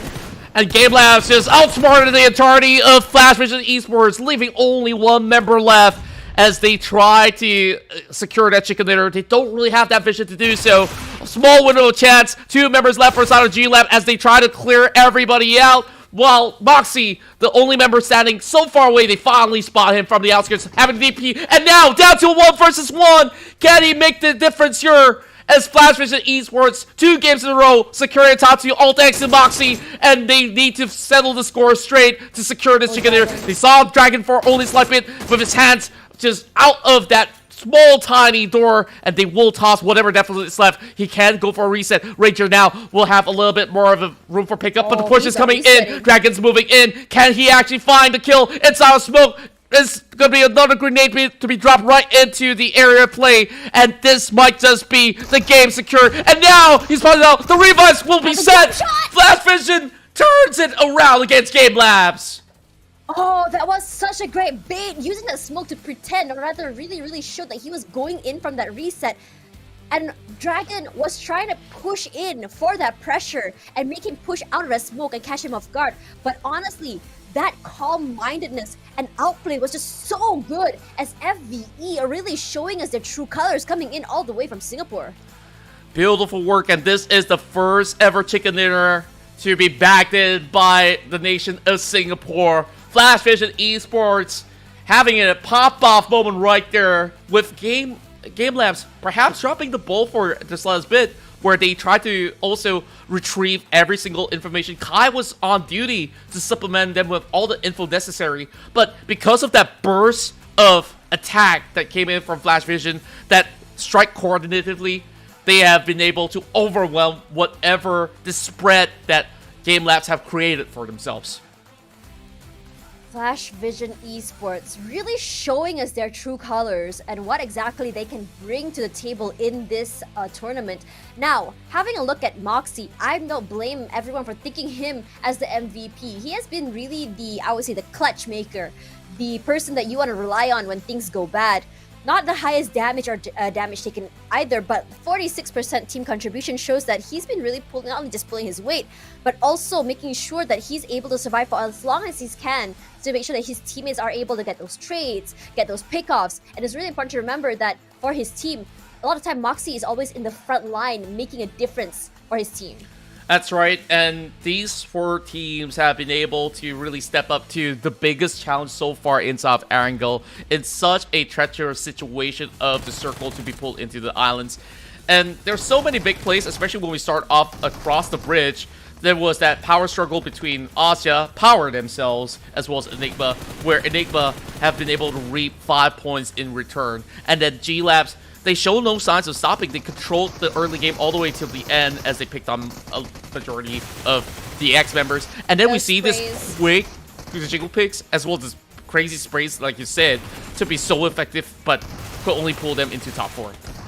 Did you notice the pacing of the game changed so much compared to yesterday? We're seeing a slower pace from a lot of teams, especially toward the last two parts of the circle, where a lot of teams were playing this outplay game, where just holding an area, not only just holding an area, but also the denial of information, not allowing anyone to really know where they are. As a lot of players we saw two, maybe play from KE as well as APG, as the last players alive, try to survive for as long as he can. That's the reason why this information denial is very, very needed, because as soon as their presence is shown, as soon as where they are is shown, they're going to go down. Speaking of that though, 18 point this time with the chicken dinner is going to be FVE on top. 8 elims, 10 points, and this slower pace really suits the strength in how they play. Exactly, and they're also not afraid to also switch up in terms of tempo. It's like, okay, the slow burn is over, and then it's only down to 2 teams, and they immediately just went guns blazing, right? And that's how Flash Vision have done it. And to me, I just couldn't really wrap my head around how Moxie clutched that situation, where not only did he get those kills, he had time to save Ranger, and then he was the one to deal the final blow. Of course, you guys have managed to catch up what's on the first page. Let's now look at the rankings overall. Nothing has changed on the top 2 placement, with FOD as well as WPM leading the way. But Asia now overtakes Yango Galacticos, where we see a little bit of dip of performance coming from YG. We're rather too late to move right in. Or should I say, now we have a 3-way tie for 3rd place. Oh man, 3-way tie for 3rd place. But look at the disparity between the points between 12th and 13th points. It's starting to see that big gap come through here between Enigma and TX, PPE, Powers, SIN, VPRS, H2O, Axis, and BG. Now for Axis, H2O, and BG, we as well as VPRS, we haven't really seen a movement in their points just yet. These are some of the teams that will get eliminated very early. But I think what's really important as well is the fact that Power, especially, they have always been at these very, very big sort of fights. But the thing is, they never come out on top yet. They come so very close, and it's just so unfortunate it happens very, very early in the game. So perhaps the change in tempo is should be needed for them to go for the survivability first, and then changing up the tempo for a later situation. Indeed, and that's where, of course, we will really have to see what goes next, as we will continue after a short moment's break. So do stick around as we bring you more PUBG Mobile esports action.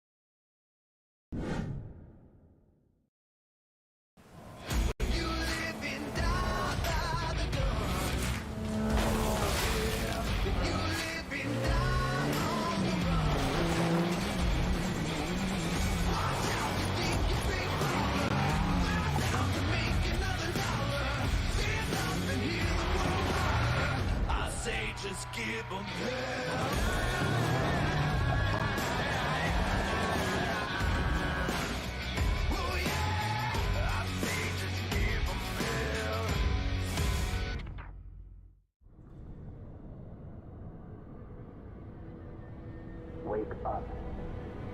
Wake up.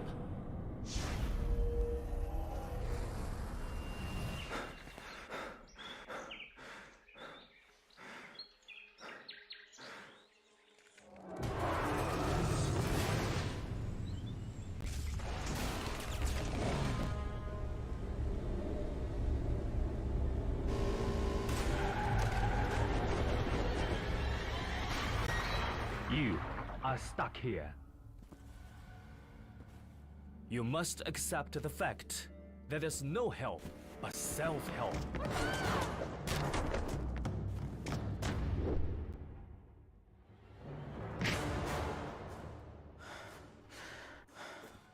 Come on, fight back.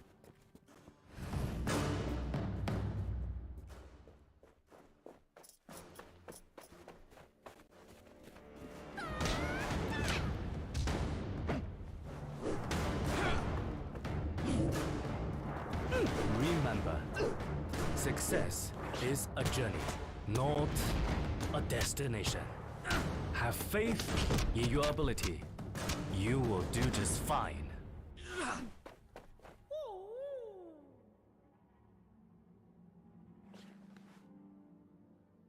Now, take them all!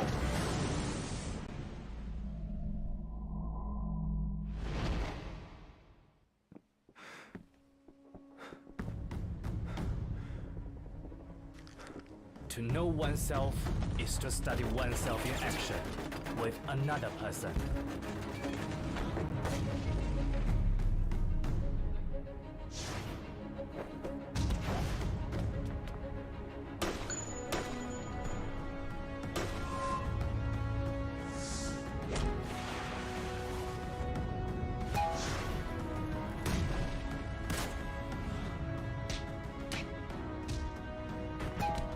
Always be yourself.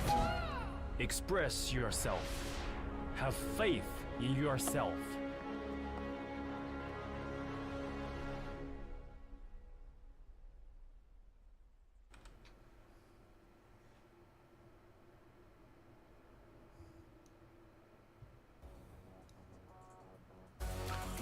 Welcome back once again to the PUBG Mobile Pro League Southeast Asia Wildcard Spring 2023. My name is Contra, and here with me is Tash Bunny, your casters for the entirety of the evening, and we are moving in for our third round as we dive into Angle once again. Of course, with that in mind, early on we did see some explosiveness at the start of the game, and then it came out to a very dramatic fight for the chicken dinner. Flash Vision tried back in Sanok and they couldn't get it on the first round. But on the second round, they've remained persistent, and Moxie brings the win back to the team and won for Singapore's first ever chicken dinner. But before that, let's have a look at our new Neon Assassin's Power set. So what's happening here is that it's a really cool set to have, and it's a part of the new set as well, where we have the Silver Guru set, where we have the new Ultimate set available right now. It's kind of like Descendants of the Sun, very Wukong-ish, and I love it.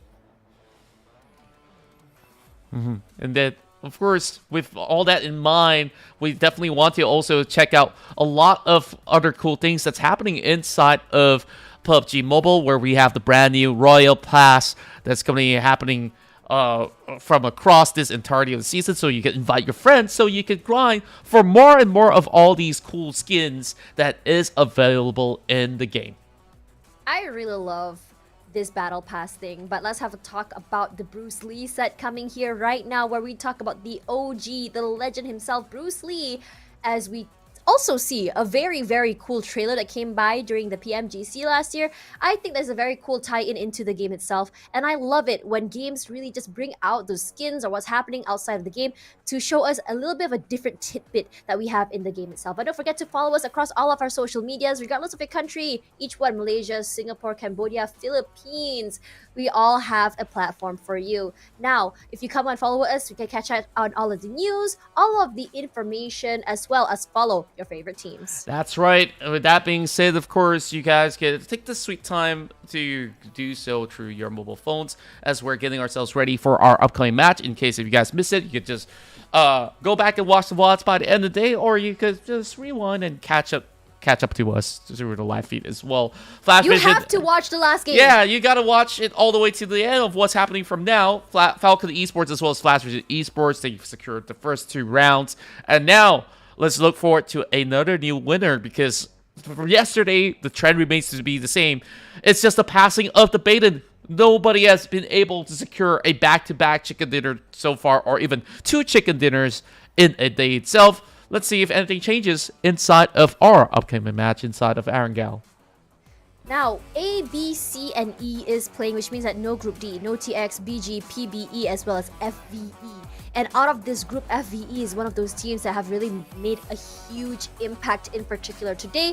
So at the same time, while it is unfortunate that they're not able to catch up in terms of points, it's also great that they have a time out, really figure out what happened, and to really watch the games to analyze and see what exactly went wrong and how exactly we can come around to catch up. But as you go into A, B, C, and E, Contra, can you tell me a little bit about your upcoming predictions? Well, before we also get into our predictions as well, I believe that there is going to be a little bit more of things to talk about in terms of most of all these. Well, of course, as much as I did not flash the predictions up online, I think that Austria, Yangon Galacticos, as well as Power, they have shown us a lot of feistiness in terms of their strength. I want to see them last out a little longer to fight for that chicken dinner. Yeah, sometimes you always are a little bit too tunnel visioned into these explosive fights, but timing is key, especially on this game. Because end of the day, it's winner, chicken dinner. Last man standing, king of the hill. And in this situation, you need to be the last man standing in order to get to own that hill. That's right. With that being said, let's dive right in to Arangao.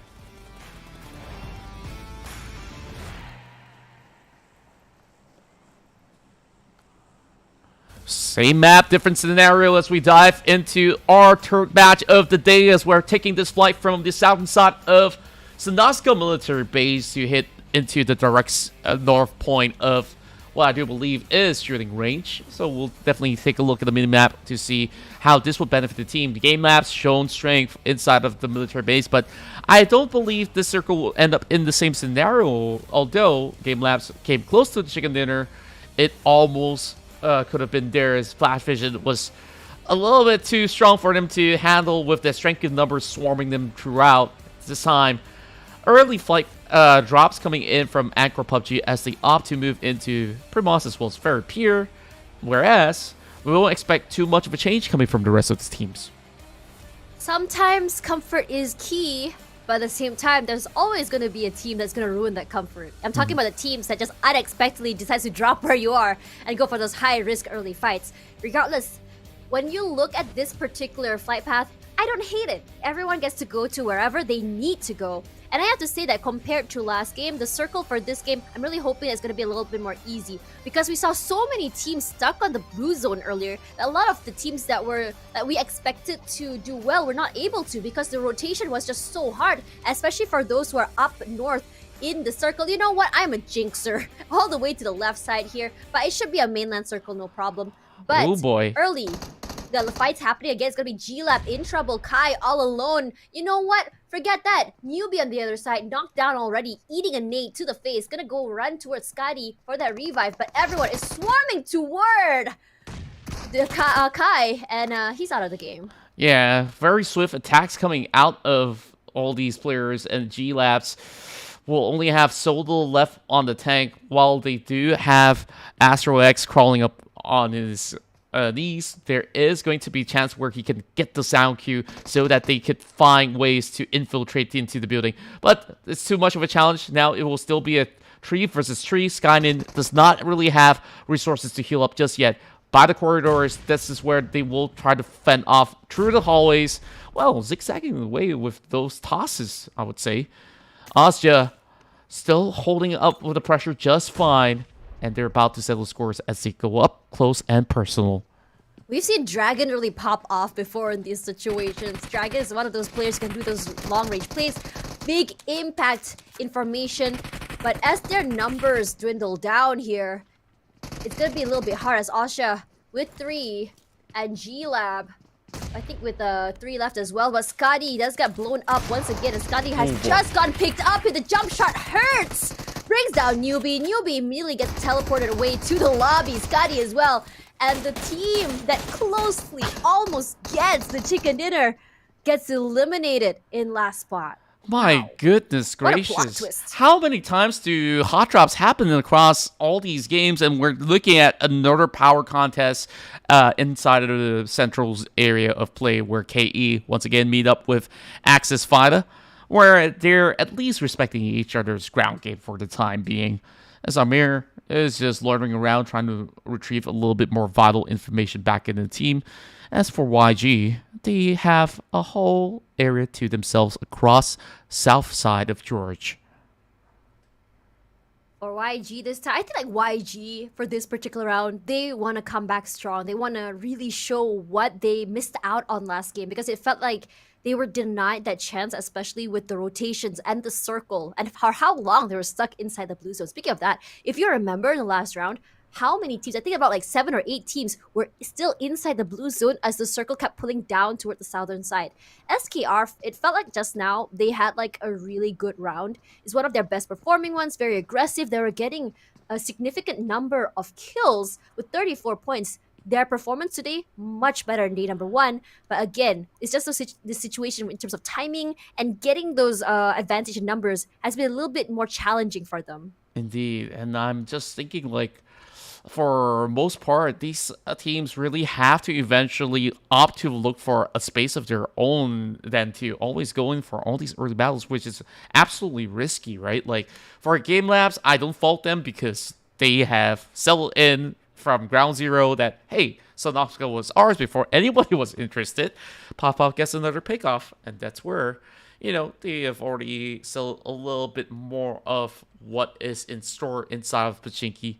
And eventually, it will start to ball up. Amir looking around 2 members, though. I don't think there's a chance the rest of Axis Fighter can find ways to even try to contest this.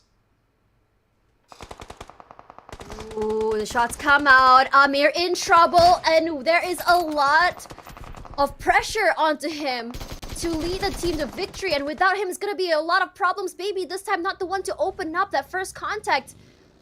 With only Nasty left, we haven't really been able to see his performance in particular. But we're really hoping that he's going to be able to at least survive this one out. Show us a different side of the team. But I was really hoping to see them actually pull out at least some big fights where they are going off aggressively 4v4 instead of these one-on-one picks. Indeed. Whereas, first, for most part, other teams that did get early access into the northern region, they will have a lot more room, but the problem is with the rotation that it will be pretty much far away for them to actually get grounds to cover it with. So they will have to swiftly pave their way into the areas of what I do believe to be across Gatka, where it's going to be totally open ground. So being around South George does help them out as well. So for the time being, teams are just trying to reposition, get themselves far forward, than to commit into those early battles. And as for West Point Mamba today, the only round where we see them actively seeking out for points is during that round in South Sanok. So while you're going into this round itself in South Erangel, I hope that they will still be able to go in for those long-range exchange that they were known for when they were playing in Myanmar, which will happen later on. The Vipers, you know what? I was a huge fan of them, not only because of their cool name, but also because of their logo, their team record, and the potential that we see. Like, if we see those flashes of potential, like, oh, they're pretty good. I really want to see them go forward. But it seems like they really haven't had that chance yet. They really haven't been able to show us yet. And I'm really hoping that the day would be today to step it up. Because in this situation, we want to see them go up. We want to see them be able to catch up with the points. But speaking of points here, look at the disparity between Asha as well as the points from 12th place. 16 rather, all the way up to 50 plus. That's a whole big mountain to climb. in this situation, we've seen teams really easily break off like 22, almost 30 points. I don't think it's impossible if we see one game become a pop-off game and change the entirety of the standings. That's true. Like any given chance that they do get in terms of matches to be played in the day is another great opportunity for them to, climb up the charts and prove themselves, because you look at the current overall on the right side of the screen, easily one chicken dinner will at least propel you, if you're in the middle of the pack, into a top 5 scenario. Like just having one good round. And most often than not, when you have the chicken dinner, the average point that a team receives will be across maybe 22 points in particular. And now we see a little bit more of a struggle for the team FOD that's still lurking around Lipovka, the furthest away, as they have to find their way through ruins as well as Gatka, whereas majority of teams are already there. So whoever's late, I wish them good luck. For FCon, a team that's gotten a chicken dinner today, I think they want to try and secure a second one today as possible. FOD, one of the teams that come up so close, but FOD, honestly, when you talk about them, they are the teams that I would say, you see them in big fights, but it's never really explosive. It's very calculated how they move, how they play, how they communicate, honestly, at this point. And they're always very, very careful. It's not as explosive as what we expect from like, say, FVE or even Game Lab. Regardless, for them, I think that this consistency is great because it shows that no chicken dinner, no problem. We're still going to end up at the top of the charts, because at the end of the day, right? When you are in this tournament, you have to be consistently at the top, not just to win first place, but also to make it sure that you can go all the way to finals and make it to the next part of this tournament. That's right. And that is where they are keeping their eyes not only on top in terms of position. You want to walk away with a lot of money involved, so you better put on the best game, because back in the past when teams were playing the SEA Wildcards, there wasn't much at stake, where they play shorter days, they don't have a league. Finally, they do get a league, and they get a little bit more recognition as well for their efforts of putting your best foot forward day in, day out. So you want to walk away with the biggest chunk of that 30K. Now, with YG looking pretty much in shape in day one, day two see them struggle a little bit. So falling off from the radar of their consistency gives a lot more room for other teams to catch up as well. It's interesting, right? How much you can learn just from one day of watching other people play, just by one day of reviewing the VODs from day number 1. And a lot of these teams are really showing us why they are the top of the teams in their own countries, how much they put in the work, the dedication. And sometimes, you always question or wonder, like, when these teams talk to their coaches or their analysts, what goes on through their minds? How do their scrims work? How do their practice go, And speaking of practice, let's put that aside, because Pov picked off by KE. And I think in this situation for Pov, one of the vital members of KE, no problem to be picked up. But when you think about it, that's a very, very long shot away from WPM. And I feel like it's crazy that they're able to do this from these very, very long angles. Same goes from Dragon, from Game Lab. That's right. And now, quick update into the current situation. Viper taking the center stage of what seemed to be the Mount Gatka as well as Ruin. So they will get a full control of whoever cuts through these fork road that is going to be easily accessible for the teams to just position themselves. But I'm surprised not many teams ought to be on top of the mountain and remain to be in that position, because that could have actually farmed them quite a number of points. While they will opt to rotate, West Point Mamba did manage to squeeze through the crosshairs of GE. I believe the engines were hurt, but nothing much can be done about it. And look at that! Power cutting through, and Rage, he's got to look for a different place to hide out, because he is absolutely spotted out. Yeah, and on top of that, we have Vipers close by, GE as well. And these are teams that love to try and get their hands in the cookie jar, third-partying, try and pick those kills. And in this situation, Range close by the WPM. I wouldn't be surprised if they do this thing that they always have to do. It's always the same pattern from them. they would get some information. And here comes the cavalry. Let's have a few maybe so far away, and then maybe the other 3 to go in for the aggression. But now with few actually going up to the north side, I'm pretty sure he actually saw the other members of Vipers. So they're going to be going for a more, I would say, passive approach. Because in this situation, while you're in the heat of battle with another team, sometimes you tunnel vision and you don't really notice a sniper shooting you from a mile away. And speaking of a mile away there, APG power taken out, knocked down. Not the greatest situation to be in, but I think has been picked up. Yeah, and West Palm Mamba could just hail in some grenades if they really want to push them off of this corner of the map. Power remains to be holding their fort at the time being. They're not too concerned about the pressure over the top end for the time being, as they're not making themselves fully noticeable, and therefore, even when West Point Mama wants to push out, they will also be in danger of other teams that's going to be lying in wait inside ruins. And this ruin situation is getting more and more tense, with even GE as well as H2O being involved. And H2O, I think like maybe on the past round, they didn't really have much opportunities to show themselves. They crashed out pretty early, not receiving those points. Not the best way to start. This is their time to redeem themselves. G-Lab out already is Ozja 2 down. The Giants are slowly finding themselves dwindling down in numbers. But Ozja now in the blue zone, not able to push inside. Look at how many teams are around them, surrounded in so many areas. APG, SKR, they do still have 2 players around, but the push out is going to be a problem here because there's not a lot of cover. They can just drive in, but at the cost of being shot at 2 different areas.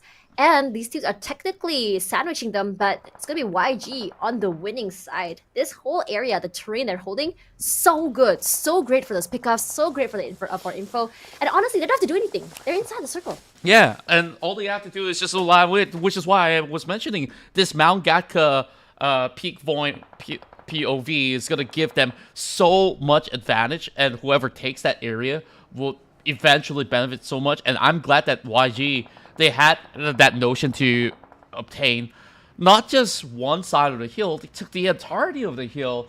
Meaning to say now, all the other teams that are on the outskirts, they will suffer a high cost, as they had ample time to rotate up above, especially for those who are coming in from South George. Now they lost that advantage, and YG have always been surrounded the area because it started off from South George and now making it rain from the top, but still couldn't really find those numbers as teams are still sprinting up ahead. Austria, though, they are being flushed onto the corner where they will have to deal with SKR, and they will continue their journey. They will try to wrap around the back end of the hill to see later on if they can contest YG. Ooh, Gavin taking a lot of damage from that nade here. FCon can't do anything to pick up Say's Cloud. Gonna have to let him go, let that man go rather. Haha, get it? But for now, the other members of FCon still holding down the line, the area. Can't go out, can't go aggressive, but maybe they can go for, I would say, the bait, get out some information. But I have to be careful. I have to be careful as well, because on the other side is SKR. More nades just to zone them out, and FCon gonna let go of one of the compounds as Davan gets tagged up a little bit, plays inside the smoke, gets the heal. But I think for both of these teams, they don't want to fully take on the fights just yet, because it's still very, very early. Only round 4, but Enigma in trouble. That's true. As for Falcon's response, they are reacting with no responses at all. More and more nades flying right in, but Goblin is not even phased about that. Nasty on the other end will be dealing with John of FOD, and that will be FOD crashing out very early. This is not something that we see all day, whereas KE, they decide to go in for a full rush. Goblin holding them back, the last line of defense, as they deal with the rest of humankind. Goblin reigns supreme, and boy, Sean, he's getting picked off from the outskirts as well. Falcon, they win yet again, another fight, all thanks to Goblin. I am shocked that they came up on top in that situation. But again, eyes are on power. They got Grenade Eliminator. We just talked about how little impact they had in terms of points. But in terms of fights, so look at that. It's huge. Guap finds out Caps here. Enigma in trouble. And this is those rare situations where Enigma doesn't come up on top. But Nasty getting those picks there onto someone. Nasty making an impact. That's right, and Sin, they do have Freak on the control area of play on the outskirts where they're trying to assess the situation between the fight that they have against Power as well as West Point Mamba. So they really have to pick their side, and Fink now is being deterred from pressing onwards with Mix doing his duty. The MVP strikes right back, and there's just no way out for teams that are over on the lower grounds. Instead, Range tries to push upwards, and YG still remains in power of control on the updated circle as the fight continues on. More grenades to be cooked up, but for this situation, how much time is being bought by Team Power is the case. Whether or not can they overcome the strength of what West Point Mamba brings to the table, while they're also being absolutely contested by the rest of GE. At that for APG, they want to push in, they have to climb up that terrain, but sprays come through. WPM just pushing forward, the cavalry comes through again. Power in trouble, they're just stuck between a hard rock and a hard place, and they're taking up so much damage. WPM has them pincered from so many different angles. It's all up to Range, the final person still up, and he's so very low. He has to go for that reset. Very dangerous because his buggy is actually still smoking. It can just blow up in his face at any time, and that will be the end for Power in this particular map. Well, I believe if that's going to be the case, if that buggy does burn up, Range still remains to be alive. So Power will remain in control, but they will leave Matt as well as Few be. There's just no time for them to save.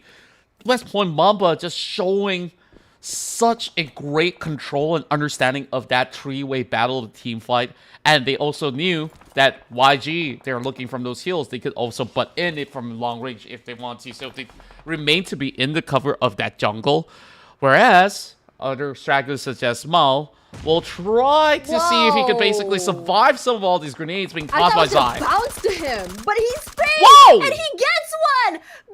Beautiful trade coming through. It's like, you miss me, so I'm just gonna get you back for that. And immediately his teammate says, "Oh yeah, I'm out. You did that to yourself, bro." That's right. And that's where you really gotta be disciplined on your peeking windows as well. And I feel like GE didn't really expect him to really hold the angle for so long. He never stopped unleashing those bullets. Itchy now trolling right under the noses of Yangon Galacticos as they are finding themselves struggling to survive. Still keeping an eye out on H2O because like these guys could also strike back at them at any given moment. MT. I want to see West 922 just do a big impact like he did just now.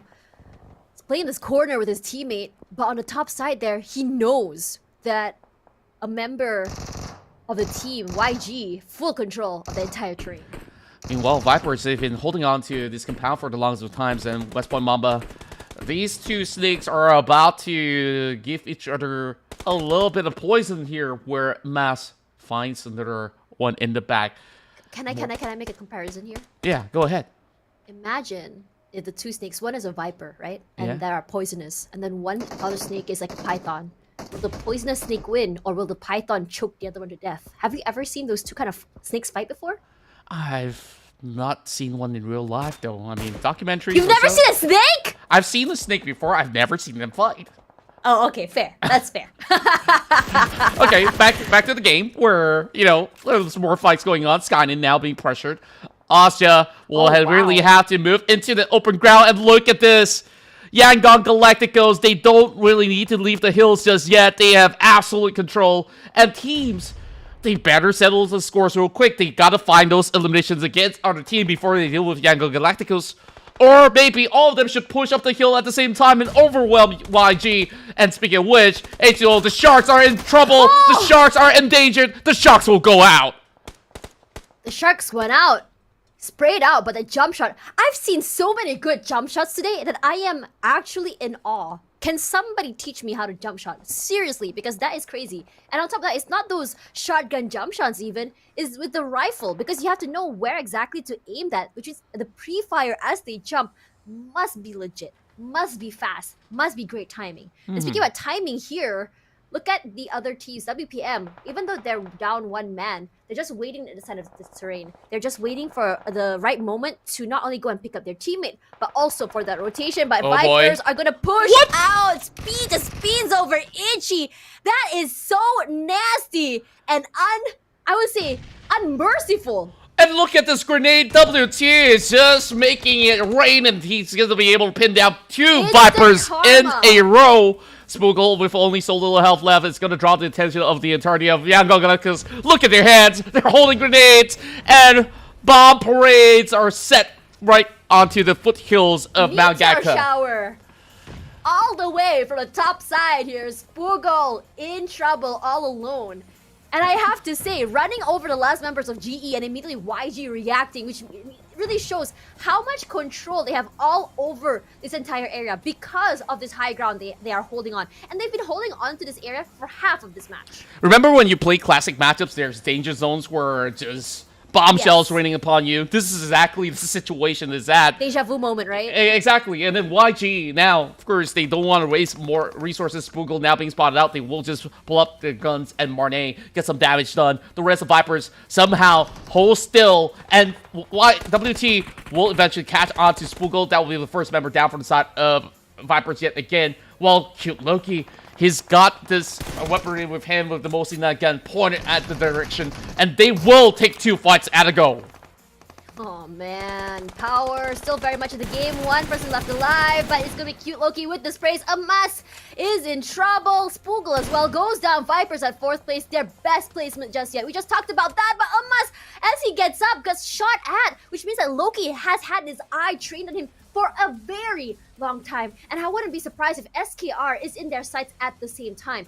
In this situation, these 2 teams, WPM and SKR, will have to take the fight with each other. But when you stand up or you even move, YG just picks you apart, and this almost feels very oppressive at this point. That's right, and all of them are running towards the tree. Amas immediately falls to the ground yet again after being saved. Now that's being spotted out. This is where SKR, they will fight every single nook and cranny and will pick on the rest of the Mambas. Leaving only 2 more standing in the way. He couldn't land the shot. Marcos now retrieves his buggy and says, you know what, I'll sell the scores eventually, but I will ensure all my teammates will be kept alive. YG climbs down the hill, and this is now an even fight. But YG does have the strength in numbers. Full squad up ahead, and this looks very likely to be their game, so long as they wait for WPM as well as SKR to settle the score. Honestly, because they do have a little bit of elevation to play with, and look at how they're just separated with each other. It's different terrains in their favor, gives them so much info, but yet enough information for anyone pushing up. Loki once again just making it rain onto WPM. Migs taking another shot to the face again, but it's gonna be SKR that'll be taking that kills. Push up forward. WPM last 2 gonna run through Michi, run over Nasty. Once again, roadkill happening a lot in this game. Spray down happens, and that will be the end of WPM. And it's gonna be 3rd place for them.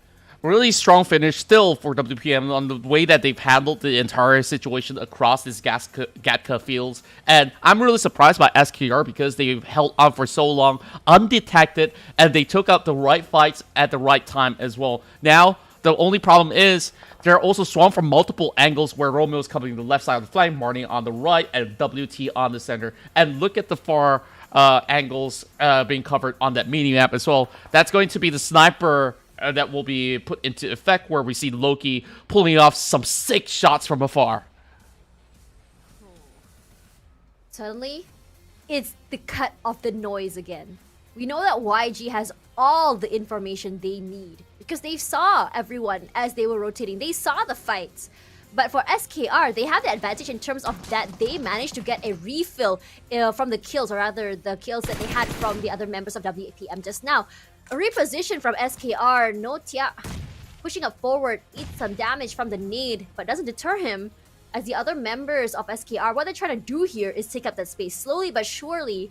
But for YG, they have no idea where they are right now, because the bottom side of the terrain here is not helping them, not giving them any favors in terms of information, and the circle once again favoring YG. This is going to be a very hard run from SKR, and if they do make it out on top, I will be screaming. Yeah, and when you take a look at YG, they're just slowly cutting more and more space so that when this circle closes out, there's not much area of play for the rest of SKR.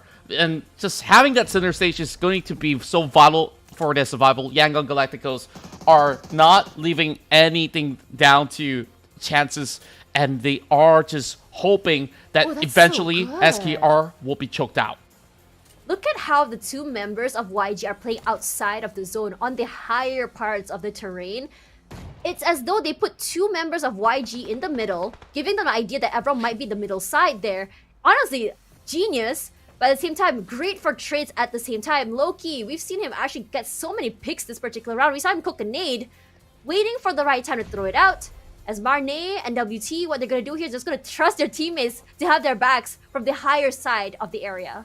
WT has been doing so much in this matchup itself. I believe that he has already whipped out at least 500 damage upon this matchup, where for SKR, sure, damage numbers may not be as high, but they have been very clinical in terms of the execution. Now that the smokes have subsided, this is going to be a big cause of concern, because slowly but surely, YG's position are starting to be revealing themselves, and Marcos is taking a far wide angle spread alongside with Rec Exit. So I wonder if this is going to give them a little bit more of that bird's eye view upon these three members that's hiding out. Loki sets a couple of smokes, whereas Tiap, he gets a little bit more of a bypass, and he's just cutting through these corners. And now down to the final stage, and it will zoom directly into the middle where YG is currently at. So it's time to wrap this one up quickly. The nades come through, the smokes are out at the same time, Exit making his time, but the closest one to three members of YG is Marcos. If he's able to get close enough and get one spray, I can already predict an aggressive explosive play to come through. Sprays come out, but he's just spraying toward nowhere. He has no clue where everyone is, and that will be the death of him. He should not have revealed himself so early, and he is eating that damage and eating the seeds that he has sown. WT spraying out, but Loki is the one to run on top of the members of SKR. Winner, chicken dinner to YG. And honestly, a great ending for this map.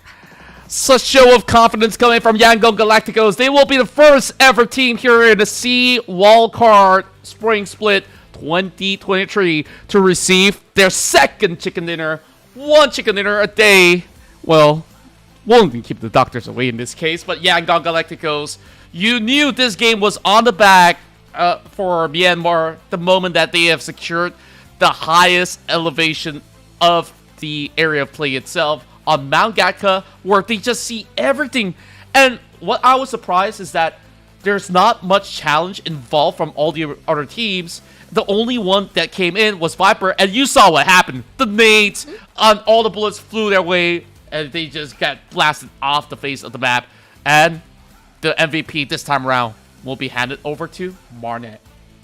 Honestly, Marne once again showing how consistent he can be. Every single round has been very, very vital to him in terms of eliminations, in terms of team contributions. But at the same time, with 23%, it just shows that YG really knows how to separate that workload. I'm thinking from a university student point of view. But then again, you saw how exactly it's done, right? In terms of how exactly they play with the angles, how they hold the area, the firepower coming through. Marne has been huge. Now let's talk about the teams to watch. In this particular moment, YG, SKR, PWR, and WPM, I wouldn't say that these are the hugest travel distance, but I would say that in terms of YG, they were very, very good at predicting the circle. They were very, very good at choosing which area to hold on to, as the other members of SKR, PWR, WPM were more toward aggression, more toward this explosive fights. And finally, I love the fact that PWR make a big impact, not only in terms of fights, but also in terms of rankings this time. That's right, and just seeing him go wild over this course of the map has been fantastic. While the rest of the team, they did have a little bit of struggle, and speaking of struggle here, Game Lord did not manage to defend their home ground inside of Sanaska, where this whole altercation went on against Asia that see them reap so much rewards, and they did manage to go into the very late game phase as well, securing quite a substantial amount of points by the end of their run. But as the fight goes on, we see a little bit of a finesse move coming in from all the other teams as well. Especially from Viper, I think they took up some really good fights against West Point Mamba, and then after that, they go their separate ways, and it also leaves a lot more room for SKR to have strong duels. And all this firepower looked convincing, but this standstill took a long time until we see the final circle close in, and Yangon Galacticos, I think, need we say more? Just having the roadkill to secure it all, just see them brimming with everything that they have where they just know this chicken dinner was never in anybody else's hand anyways.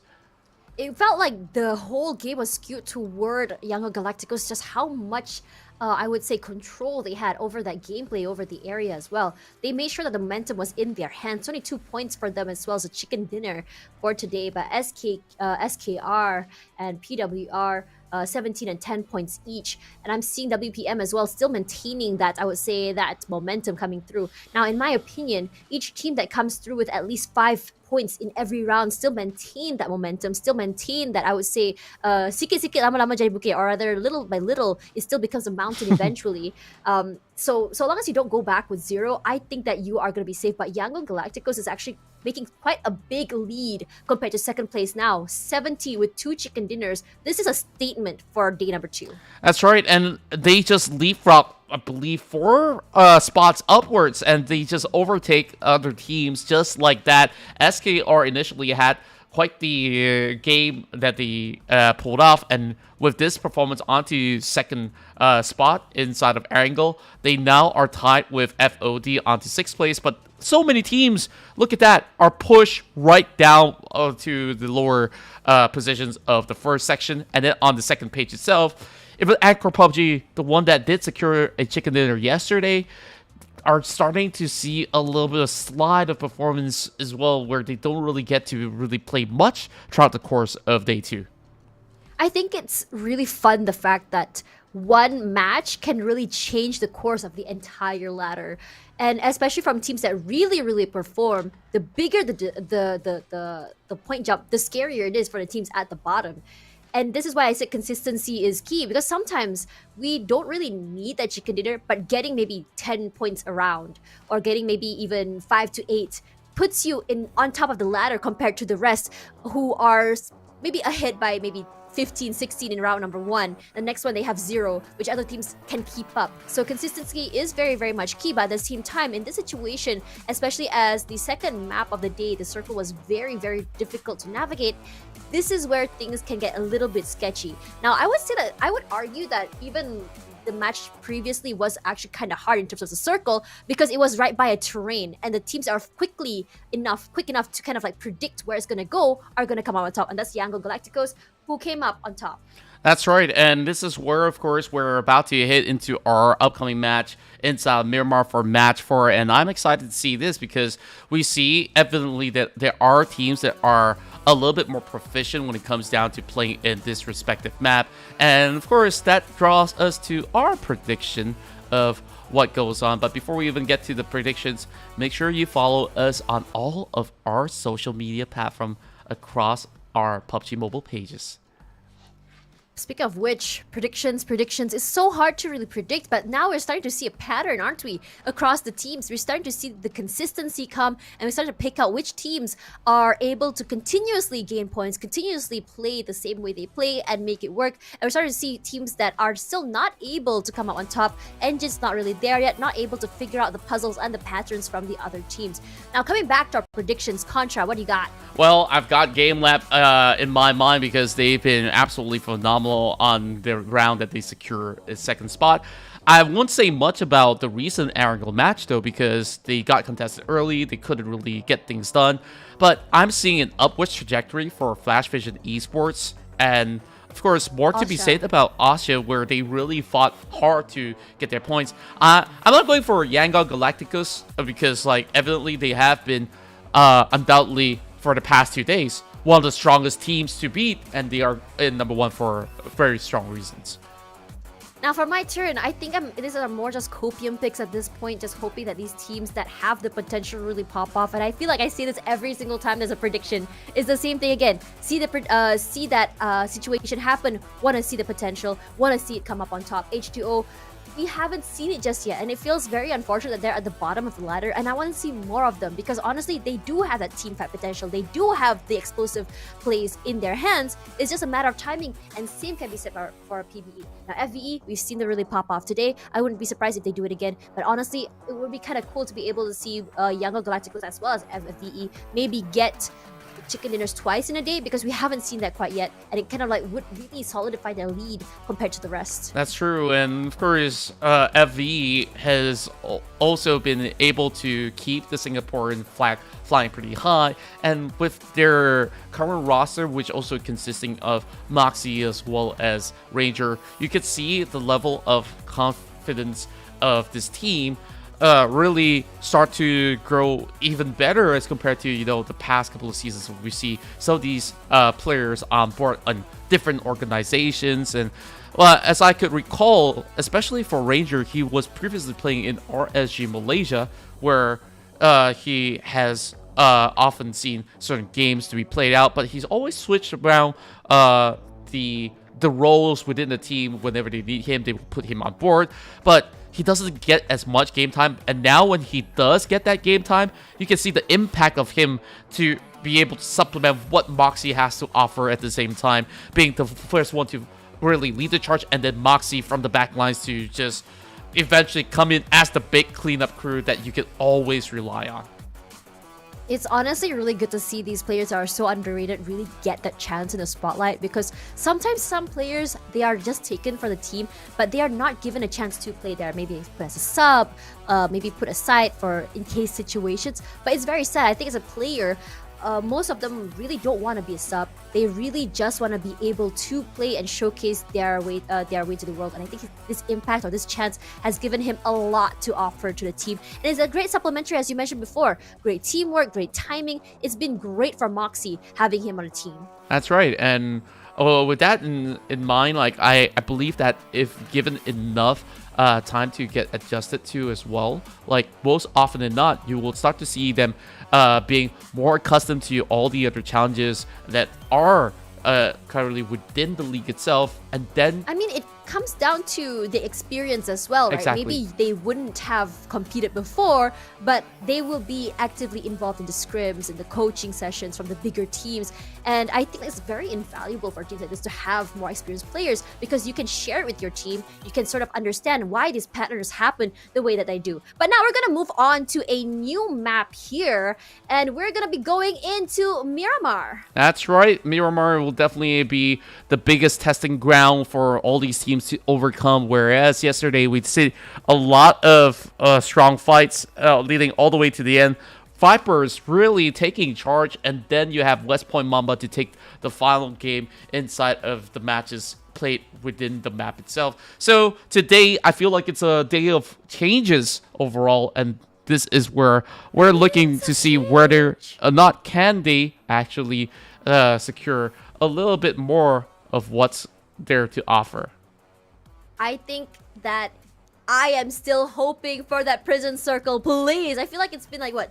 Has it been 2 years since I've been casting PUBG Mobile? Yeah, around there. And I feel like every year I say, I want a prison circle. And I will never, ever, ever stop hoping. But coming back into this, I think like yesterday, I was surprised. I thought there would be different teams that will really step up on this particular map, because we usually see a disparity between teams that do well in Miramar and teams that do well on Erangel. But it feels like for as this season come around, and it feels like there is a consistency across all maps, and everyone has a plan A, plan B, plan C. And I'm really hoping to see the plan C's come through as well if the circle decides to go to Puerto Paraiso.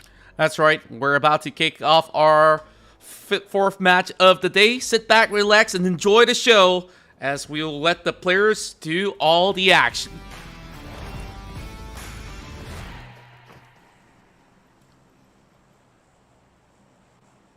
The heat, the pressure, the long rotations, the really, really high elevations. This is day 2, match 4 out of 5 for today. And undoubtedly, I would say that this is the most difficult map to play. It really shows in terms of positioning, in terms of your circle prediction, and in terms of sort of understanding how exactly the enemy moves around and holds their area. But speaking of areas, all the way from the southern side, or northern side rather, of Los Higos, all the way up to El Azhar. Not the best flight path if you want to go to a trailer park, Crater Fields, or even El Pozo. Indeed. Whereas, for teams that are hoping to play on the northern region, the only accessibility that they have in exchange for them to get those quick loots is to basically get a vehicle really quickly on, unless if you really want to consider places like Torre Ahumada, Campo Militar, which is a far stretch across to the usual circles that will remain onto the central zone or even on the south side. But we've seen certain games in the past that did favor teams who are playing from up north. Therefore, hoping to see if ever the case, if the circle goes to ruins, this is a fair game where everybody has to rotate, have to fight to contest for those spots. But Wait, did you see it that? still goes all the way up towards the north side. So this is where the ones who drop late, they have the biggest of advantage. Did you see that 2 teams dropped at the same time? I think it was Power and Asha and Astro will be the first one to take someone out there. Saw them rushing through by, but Asha was really quick on the ball, dropped down, grabbed a vehicle, immediately took the house. And I think what they wanted to do was to kind of counter that, get those picks as well. But Asha has been really quick on the ball today, especially in that first contact. That's right. Like, the way that they've been fighting is just impeccable, right? The way they just quickly grab their guns and they don't really care if they get knocked because they understand that they are having the rest of the members to also cover up. The responses out of this team on these hot drops is insane as compared to, you take another example where Axis Fighter was also hot dropping almost every other match in particular.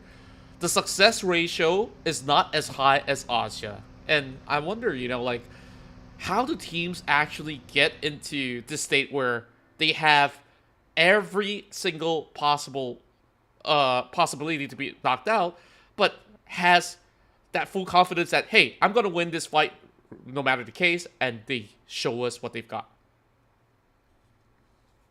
Whew, I think for Enigma just now, it was very unlucky because we saw like a full 4v4 fight and didn't come up on top. And I was a little bit surprised. And I don't know why, right? But TX and Enigma have always been meeting fairly early with each other. And in this situation, I'm kind of hoping that TX comes out on top. Like, I'm a huge fan of Enigma, don't get me wrong. But it's always fun to see the underdogs do well. And you're just like, whoa! They had that in them the whole time, and they took down one of the top teams. Very fun to watch.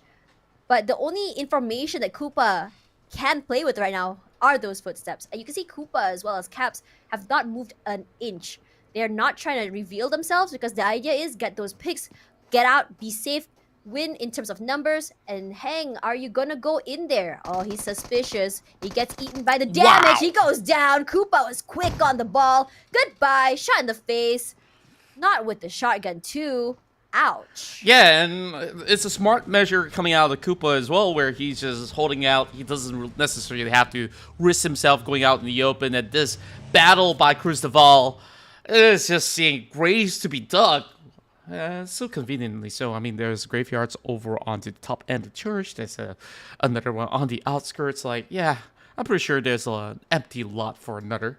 Of course, Wow! virtually. Wow! You put him in a body bag and just chucked him in the grave, huh? Caught me off guard too, actually. Yeah. Not expecting that for you. And Guys, I just want to say that I did not expect Contra to be this funny.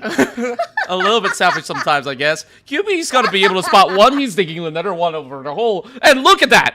Let's see. Oh! I have proof. Visualized. Visualize is number 1. You're right there by the grave. Come out here. Make my life easy. I'll just drop you inside one of those caskets. Easy life. Could be zen. One of the 2 members left alive. And he's not even close to his teammate. He's skedaddling out of here so fast. He's like, no. I don't want to go down there. Not the 6 foot under. Maybe a different place, though. Well, it's funny because we talk about 6 foot under, but look at the altitude of that hill as well. I mean, they're taking great control of that. So if you're buried on a hill, are you actually 6 foot under or a couple of feet above? Few feet above someone, and if they, I don't want to go that way because it got really dark. But I don't want to say this on air. They're gonna be like, Tash, you are such a morbid person. You just seem bubbly and happy, but you have some hella dark thoughts. Nah. We'll save this chat for another time. All right, another time it will be. Though. But Flash Vision though, today looking strong. The Singaporean team is just really showing up to what this whole league is all about. And typically, you take a look at the playstyle of Flash Vision, they're never really the flashiest team. They're more of a control team, I would say. Especially on that early game, you don't really get to see much action involved in particular. And then once they do survive stage 5, that's where you start to see them drawing for some points. And as for BG, we also see today to be a better day for them. Whereas Enigma, they just keep going for more, and they're going for this highway pickoff against Falcon. I love these highway pickoffs. It's just like so unsuspected. You're just like you're singing highway to hell. You're crossing by, and someone just rudely shoots at you. But this is interesting. They got picked, but they didn't finish him off. Oh, I see why. Oh, that's smart. Oh, that's really smart. Man's just like, okay, I'm gonna shoot you, and now we're gonna go away and try to get those long-range kills. Smart, but very high risk. But Enigma does this all the time, doesn't they? They love these high-risk plays. Exactly, and this is what they did back in the previous round, where you remember that bridge cam going on. Enigma was very much heavily involved, and they like this kind of choke point setups. Whereas for some teams like this, they expected, early game to be very quiet, and like I said, you play something on the radio, and then, yep, you gotta hit that F button. You just gotta pay respect, or pay a heavy fine, whichever the case. Anyways, back to conversations about highway stories, right? I recently read something on social media, and I'll get to that later on, because Enigma, they're already swarming into this warehouse territory. They're very proactive this round, aren't they? Yeah. And this being a fast map, but they will be punished for it though. Oh, wow. Chunloon in trouble. Takes a damage, sprays out. QB in trouble. His teammate right beside him. Koopa as well. That's a hefty amount of damage spotted out there. But he's very aware that Spooky is over on the right side. Another grenade comes through. He has to actually heal up. He has to go for the reset. And this is smart because everyone's just tunnel visioning. They didn't realize that Goblin is so close by. Spooky now on the ready. But look at this crossfire from Koopa. Beautifully played and done. You thought you had the upper advantage to them. No, that's not going to be happening. Another nade comes through. Lot of moments where you kind of put this pressure onto Andrew. Sprays out. But I'm loving the fact that everyone peaked together, not allowing an isolation or even a pickoff to happen. And 16th place for them, not the best scenario to go out. What an execution coming out of the team. You just see this wide wrapper out, even though they did have one member being knocked. The response coming from Caps to cover the flank and create that pressure, draws attention away from Chanlong, and then they start to have the rest of the other members of Team Enigma to pile up upon them. And it's just so impressive. Just look at them securing all these points in the back. 6 points inside Myanmar to kickstart stage 2. Let that sink in, right? It's a huge improvement from how they played yesterday and the first maps they played today. I have to say that I was honestly shocked at how fast these adjustments are happening, because we saw Enigma go down because of the isolation plays, the aim duels that they weren't able to take, and they're like, okay, if we can't win this aim duels, if we can't win this one-on-ones, we have to play together. And they played far but close enough to get those trades. And I like this change, and I think that I want to see this consistency come out from them. Indeed. And there's a lot of time for us to continue on our highway journeys as teams are currently traveling by as well. Like, what we saw was great out of Enigma. This is just explosiveness all throughout the course of the battle here, despite it being such a vast territory. But they have that full worried confidence. That they might overheat. Yeah. Because it's so early. And we've seen teams do that before. But speaking of overheat, sometimes we see GE do that too. Yeah. Where they sort of over push, but they will come up on top, yes, but they always will lose like 2 to 3 members. Exactly. So I feel like sometimes they really have to work on, just coordination itself, right? If you can get better coordination, you can call for a reset. Don't push it. And that's where you don't get that overheat, like you said. Don't push it way too far forward where the envelope couldn't really fit into the mailbox anymore. So, yeah, for the time being, we're also seeing FV journeying their way, and I have that highway story that I did manage to complete. So, okay, bring it. I was reading social media, and there was this story. Fun fact, I couldn't read Chinese, so my friend posted this up, and I see, like, there was this long description, and, like, his car windshield was smashed, and I wonder what exactly it is. And turns out, in the middle of the highway, out of nowhere, a chicken dropped into the car windshield. and then What? it smashed the entirety of the windshield. But thankfully, my Yeah. friend is safe. Couldn't say the same about the chicken. Hopefully, that's not how Free the chicken chickens are dinner. cooked here in PUBG Mobile. Free chicken dinner, but look at this aggression coming in from Enigma. They are just rushing into the area of GE. Bazai holding forward, the sprays come through, but the cross comes out. You should not assume there's only one person shooting at you. Enigma Gaming, I love the fact that they are betting on the idea that people are gonna go for that tunnel vision. And the other members of GE are like, okay, we can't save you, we're gonna go away. But moving over to their side, they still want to take this fight. GE not winning that, but WPM as well in danger. Yeah, the rest of West Wow! Point Wampa is gonna come in and it flips one member up in the air. This is looking a tad dangerous. Everybody's flying in, but Sin, they're outnumbered, outgunned as well. They will have to go in for some quick reset. Moi trying to cover it back as he spot MS now being alerted of his existence. QB comes in and they pin down one member inside of GE. Fights are happening across the map. Viper also tagging in. Federalis eliminated, and that says Sin, thank you very much. We're just gonna do this duty, but Sin does get the point out in return. Makes 1 HP left. Try to go 1 versus 1 in this tight corner. There's only a couple of rocks for him to cover back, and MS holding himself. And this is just a 1v1 exchange from the rest of them, whereas the rest of Sin, they have fully reset it, except for Holy Land. He needs a little bit of help. Makes finally down. Oh man, honestly, big nade from Guap just now, but here comes another a little bit ahead. Oh, that's not nade, that's smokes. Giving some space onto them. Gets Mix, Amas running for his life. No problem for them, but in this situation, seeing Sin actually take down WPM is just honestly amazing. WPM has had so much control, so oppressive in how they play, but this time H2O going in trouble. FOD still showing their fangs.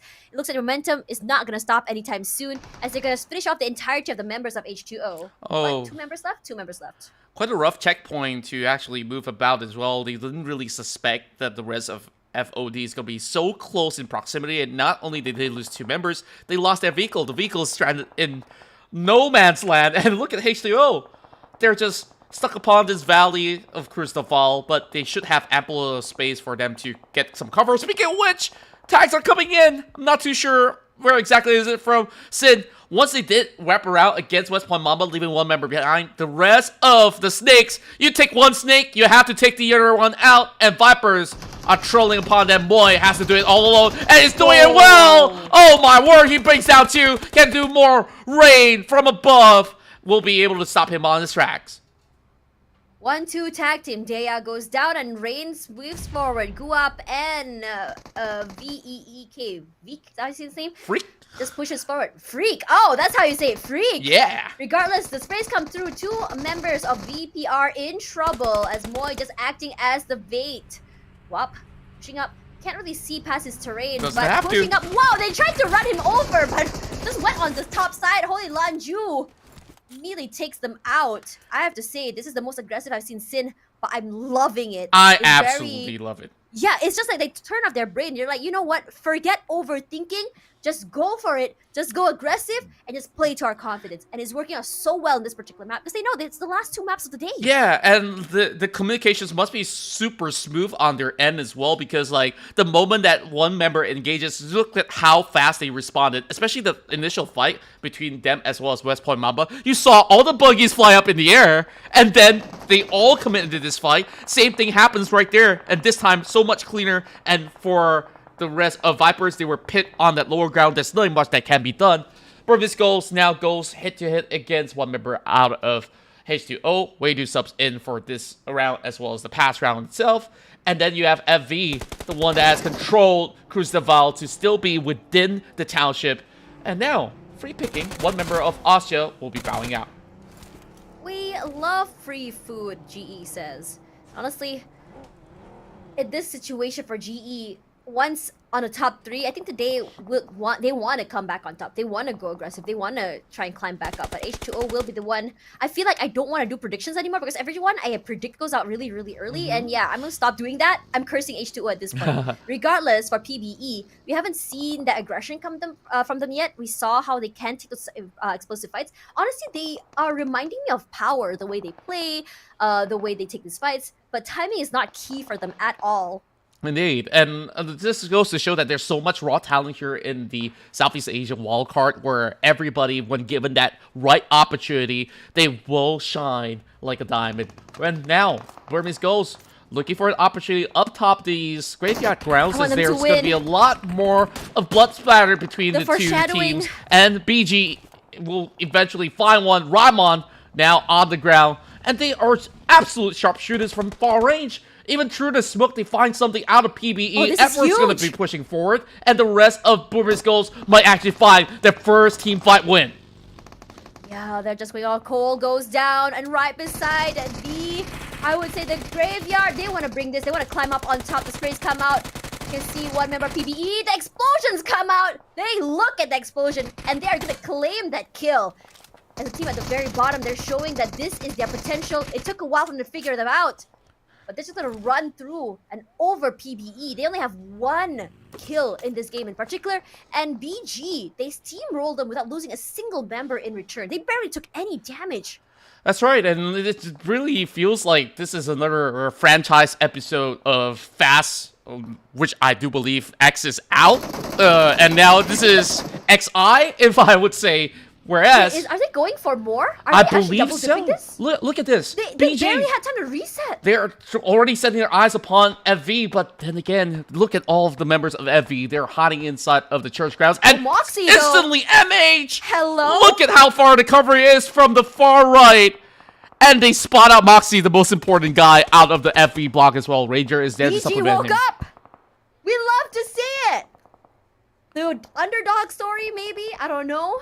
But they're doing very well. But Amura does go down. Ooh, that's a lot of damage going onto him. And not the greatest situation, but we can see APG and Enigma are actually having a 1-on-1 just now. That's a very long range fight, if you can see, in the middle of the map, all the way to the outskirts of Torre Alhambra. Yeah. Well, going back to BG, I wouldn't necessarily call them underdogs, as this organization has been esteemed back in other titles as well in the Myanmar region. And now, I guess, like, in this situation, they are also pit by the zone itself, where they will have to reposition from the high ground to go deeper into the lower grounds of the valley. And majority of the teams are already inside. I won't say the same for Sin, but you tend to notice in this particular matchup, the teams are basically farming off elimination points from the outskirts to get all the way in. And we could also understand why, because when we look into the central area, there's a lot of flat grounds as compared to what Myanmar offers naturally. A lot of terrain advantage. And therefore, you look at FOD, they're doing exactly that. And Feek, he's a mad lad. He's going forward into the smoke. It says, I want to challenge. I want to drop nades. But FOD, they got nades of their own. Not the nade, straight to the face. FOD putting up a fight 1-for-1, nade for nade. I think this is very, very fair.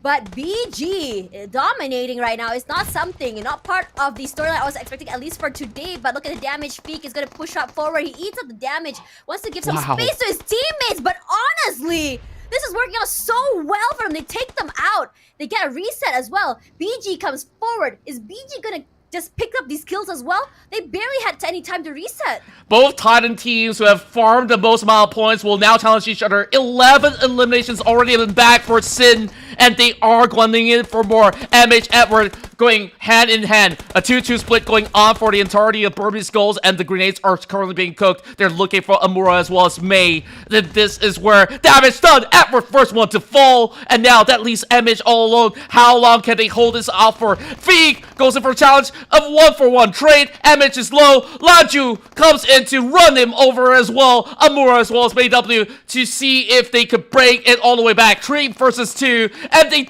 equalize in terms of numbers as well. And MW still holds on. Moy charging forward. There's so little room left. BG, can they get it? Laju now with the flank as well. This could be it. They are sealing their fate, but they're looking to run off of this terrain. MW still has it in the back. Last man standing. And these two Titans are not giving up without a fight. MW will have to tap out. He's going to run for it on that buggy. Taps being far from the side of Enigma as well. And MW still surviving. How on earth are they doing this? And now you see them rise. They will eventually be left with one member piece. Oh man, Smile picked a fight that he cannot fight. Trying to pick a fight with Astro. unaware the other member of Austria is holding on to the northern side of Torre Al Humada. This is a great situation for them, gives them the extra points. But look at this free prime real estate coming through here. It's like as though they're just trying to play neighbors at this point. Power with 2 different compounds, Enigma with 2 different compounds. But honestly, the amount of space from APG, FV as well, anyone passing through here is going to be huge. And the circle is still prioritizing the town, at least for that particular side. And that's great for them. That's right. Wow. There's just more and more great offerings here inside Myanmar. Raul gets that pick off over onto Ate, and this is where Anchor PUBG, they try to retaliate, sending more members in. Ranger now has to deal with Shroud all alone, whereas Anchor PUBG, they're still pretty far away. They are still opting to take the far end of the southwest, and this is where Ranger brings a double elimination point back towards the hands of FV. Oh, the sprays come through. The kid now in trouble. Chewy has been on a massive rampage since last game. Really stepping it up. Shots been very, very precise. And Shroud, I don't think he'll be shouting in this particular round. Playing inside of smoke, giving as much information as he can.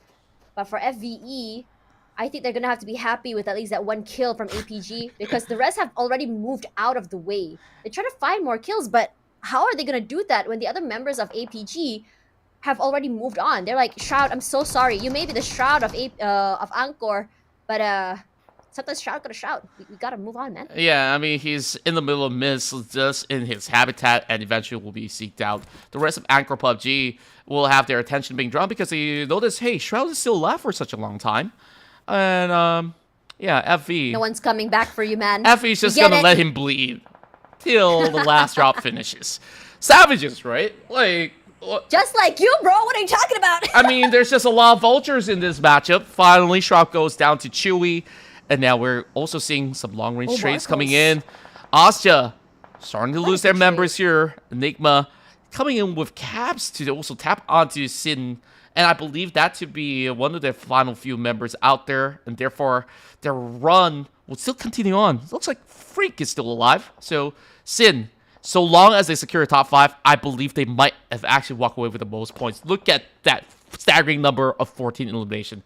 Still absurd. And then you take a look. I think Enigma has been relatively quiet to the night where they started strong and they got 9.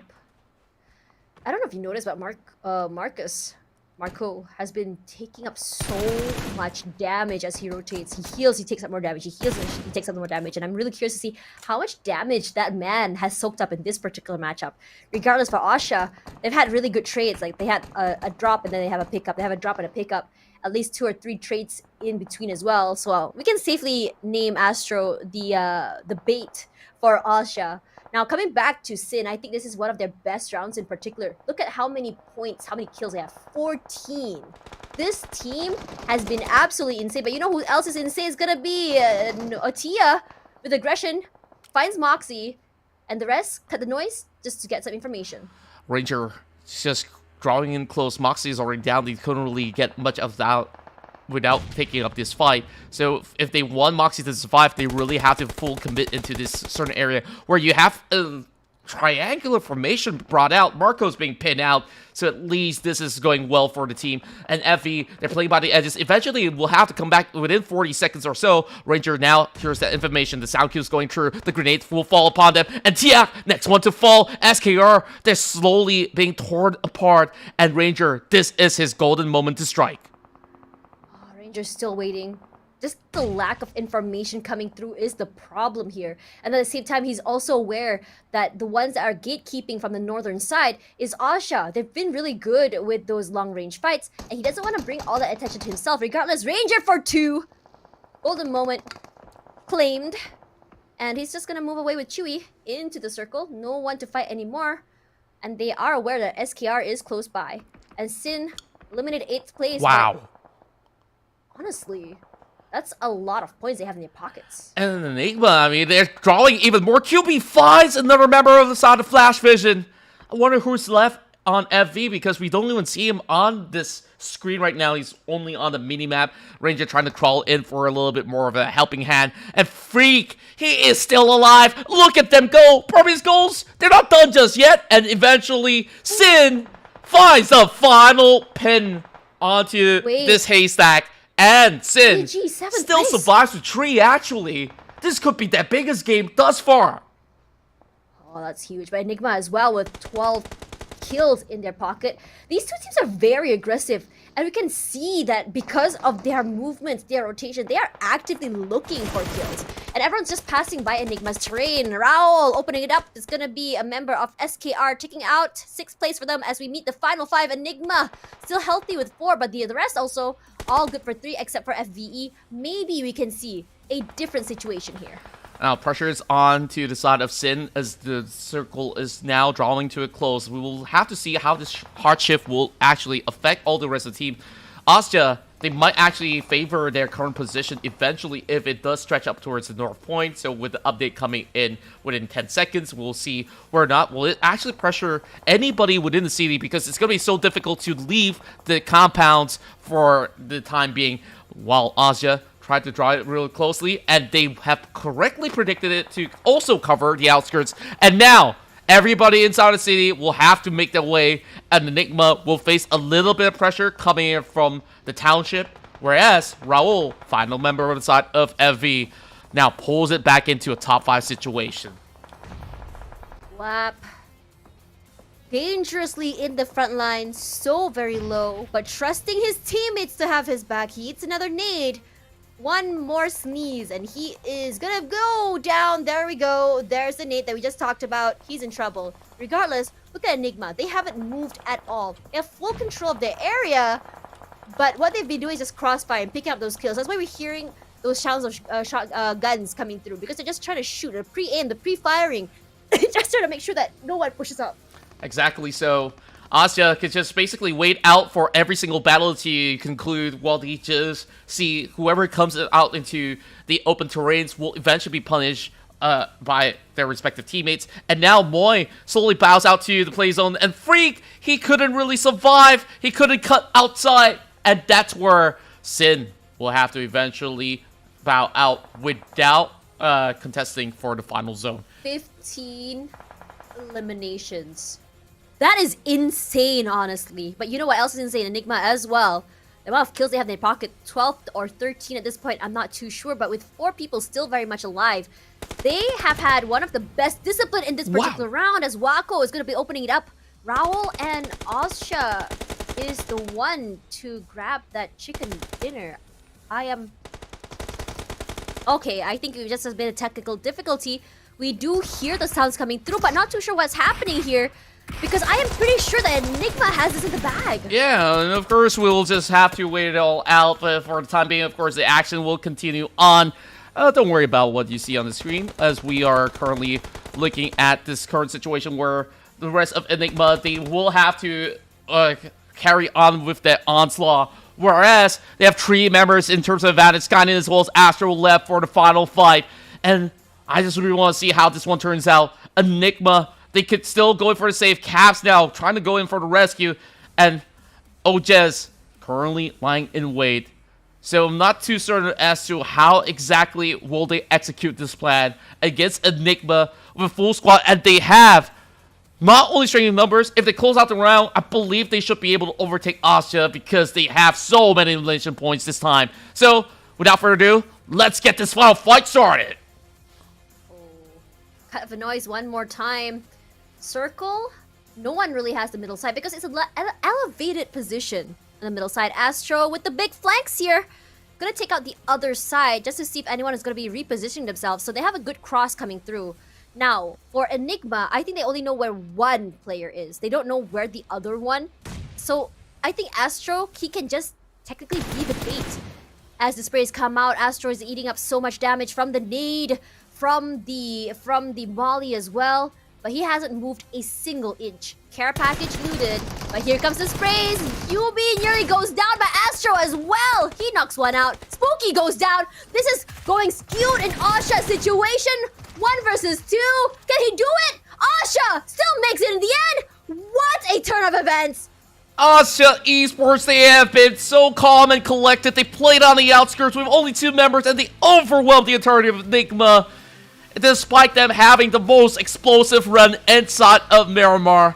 And then early on, I was just talking about that current position that they were holding to be on the outskirts, it will be problematic for Enigma to deal with whatever's inside the city, as they took too much of a time to even get outskirts. And it really feels like, even with 2 members left, Asya was confident enough to even suppress them. Even though the idea was correct coming in from Enigma with those push, I felt like they ran out a little bit too far wide open, and that allowed a little bit more room to have Asya punish them for it. And with that said, of course, beautiful winner chicken dinner in the back for Asya Esports. You really gotta commend Asya for that proactive play. Having Astro taking up that space and having all of the information onto him while not allowing his teammates' area to be revealed gave them so much value, because immediately we saw that tunnel vision coming through from Enigma. We know in that situation everyone's so hyper vigilant, and those are mind games already in the end. So they got the isolation, they got the first pick, and then suddenly from 3 players to only 1, and it's a 1v2. How on earth are you gonna beat that? We really gotta give it to Asya. Oh my god. Exactly. Insane. And of course, the Cambodian superstars of Asya have finally done it here on day 2, where we see so many trials being set upon them back in day 1, where they came pretty close in certain matches, and finally they have been able to find their own formula without being all too flashy in return. The way that they've handled the fight was just pixel perfect, right? Whereas we look at Skynin, he is always the player that you could always rely on to clutch situations as such. So with this win in the back, I really wonder, is Skynin's gonna be the MVP? And it's gonna be Astro. I don't blame him. He's just been so proactive in taking up space. He took up so much damage. I was just literally asking you, like, he's taking up so much damage earlier, but it doesn't seem like it was a lot. He gets maybe like a little bit of a tag as he repositions, and he's always been so proactive in taking up that space. And I think because Asya is just so confident in how they play, in how they take up space, in how they actually work together, they're okay with playing so separated. It happens all the time. Remember, I was asking you, why are they so separated? Why are they not playing together as what we can expect for Enigma? But the idea is, if we play separated, it's fine. It's just so long that we have that crossfire coming through. But let's have a look at the teams to watch eventually later. We'll talk about that later. But let's talk a little bit about the performances of the teams in general just now, because we are seeing BG with about, I think, 17 kills. We were seeing Enigma with 12 in the pocket. So even though Enigma didn't get the chicken dinner, perhaps they can still get the top side. That's right, and of course we see so many huge performances, right? Like, other than Asya, Enigma, we absolutely forgot about those epic battle between Sin as well as Burby's goals. Like, that felt like the battle of the centuries. Like, you know, like when you're watching anime and there's this grand battle between, you know, the protagonist as well as the villain to eventually settle the scores, and after they finish, you think that was the final battle, and then the real big boss arrives, right? And I felt like it was a situation where we thought Sin could have actually been the one running for that chicken dinner, and eventually they got into a position where they got depleted, and then Enigma says, I have the high ground. And when they have the high ground, look at who's on the outside. Like, it's like, do not contest me. Like, this is where, you know, sometimes when you're playing on the outskirts, this is where they just go in with a huge outplay. And I would say, like, I like how this episode ended, though it ain't no Star Wars. It felt like a big plot twist, because we're starting to see this big power spike from the teams that were not performing before. And honestly, Sin and BG were insane. I felt like BG were overheating at one point because they barely got the reset and they were already quite greedy. And I think this also comes from that mindset that, oh, we're already so far behind, but we're doing so well. Let's just take this fight. But they didn't take into account that they were depleted in terms of resources. They were depleted in terms of their armor. So that's why they didn't really have that situation where they're able to get the proper fight in their hands. Regardless, it does show the potential is there for a lot of these players, and at the same time, it felt like for a moment that we had all eyes on one team, and then another team will just be stealing that show over and over again, and this is why it makes it so fun at the same time. But the tempo today is definitely a lot slower than yesterday, as teams start to understand each player and how teams work, and I'm really liking this change of pace, honestly. Exactly, and like when we have seen so many of all these instances, I believe these highlights will be worth the watch, because when we saw how it all began for Enigma, they went in for a massive cleanup against Falcon Esports, and then there's just no stopping. This was one of the high performances coming from Sin, where they got outnumbered initially, and then they just sent more and more troops to the battleground, and then the rest of these parties coming in from Lore and Viper were overwhelmed, and Sin went on and on and on until they start to lose members. And same goes to Burmese Goals. They start to hold back. It was going down to that 1 versus 1. And also thanks to Power, they have also draw a lot of attention from Enigma, which is why Asya had a lot of time to actually go in for that preparation for the final battle. I think it's also really important to think about the mindset coming through here. When you talk about mindset, teams like BG, teams like Sin, who are not really on the top side of the ladder, play with this nothing to lose attitude. And sometimes these teams are the ones that you guys should be scared of. It's kind of like a go big, go home moment, because end of the day, we're coming toward the end of the week already, and they're like, okay, week number 1, we're not doing so well. If we keep going in the same pace, we might not get that bonus. We might not get the placement bonus that will snowball us eventually. So I think it's just time to close our brains and play out of our minds. Stop overthinking our plays. Play aggressive like we usually do. Sometimes I was talking to some players before, and they're like, when we overthink about strategies, we tend to overcommit. We tend to hesitate. But when we close our brains and we play, okay, that's fine. Let's just play like a normal ranked game on a normal day. It changes their minds on how they want to play. It puts you in a perspective where, okay, I want to play aggressive, but do I have someone watching my back? I do. Okay, let's go crazy. Yeah, I love that perspective that you were mentioning of, because like sometimes certain teams, they give too much respect to all these teams. Oh my god, we're fighting against Yangon Galacticos. Does that tell you that you're bound to lose? No, you come here to win. So you got to prove that you are here to prove that you are the best team, right? So that mindset to treat this like any other classic lobby would possibly be the best mindset possible, but you do not underestimate certain teams, because like they could always pull off some really huge stunts any given moment. So with that in mind, of course, now we start to see so many of all these teams really rise up to the challenge. I'm sure that on the very final match, it will definitely be something of a stunner. Okay, let's talk a little bit about the rankings, where 23 points finally breaking that curse we had from 22. 17 eliminations still puts Enigma at the very top. Now, when you think about BG, wow, they're no longer on the second half of the page. They've shot up all the way to the top. I didn't get to see how many kills they have, but honestly, their performance has out of their minds, and it put YG all the way. Sorry, this is the first page, my bad. So Austria going up to the first place, and they took over so much space already. But look at where BG is. 7 points and 12 eliminations still put at the very bottom, but the disparity wasn't as huge as before, because earlier I think they started the day with like 3 points, 4 points. Yeah. And this means they're slowly catching up. And so long as they can keep on putting these type of numbers, and we love what we were seeing, right? Just give one whole day a shot at that tempo, you will see them on the first page itself. Or at least the middle of the pack where Falcon is currently at. Even Falcon, who have received that chicken dinner earlier today, they're still trying to find that sweet spot where they could possibly get themselves into that momentum.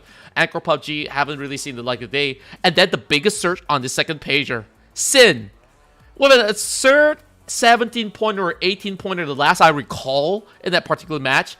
Now, they are being the biggest contenders heading into all these other rounds. Of course, we only have one more map to play out for today, and this is where we'll have to see what will come out as a result heading into this matchup. No Group B, no Power, SKR, no Austria, no VPRS. I think like Group B is also a group that you guys should really be paying attention to, because Power, high impact team.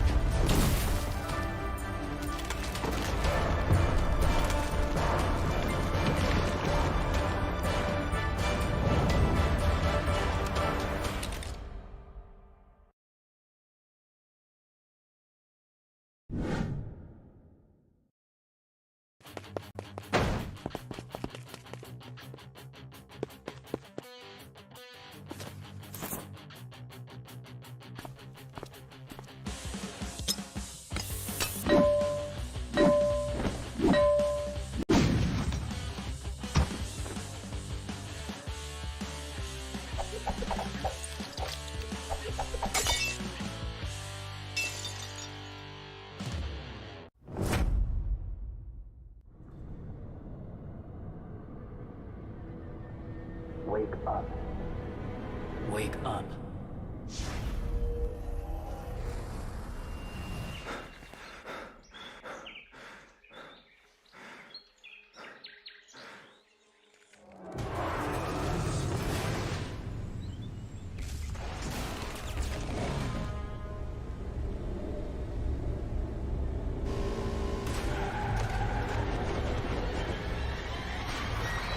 You are stuck here.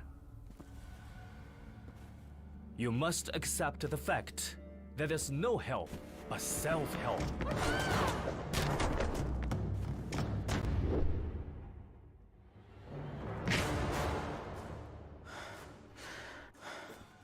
Come on, fight back.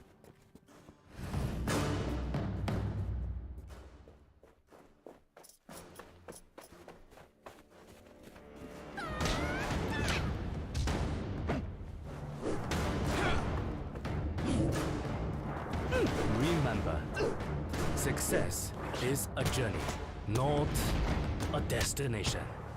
Have faith in your ability.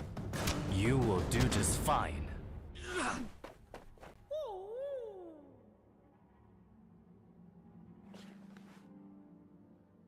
Now, take them all!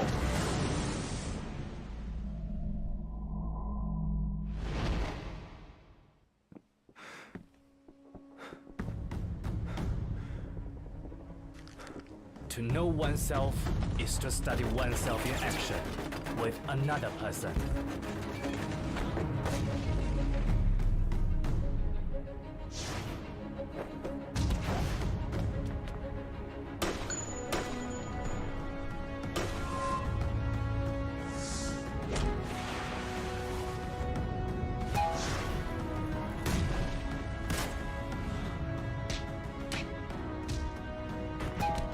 Always be yourself.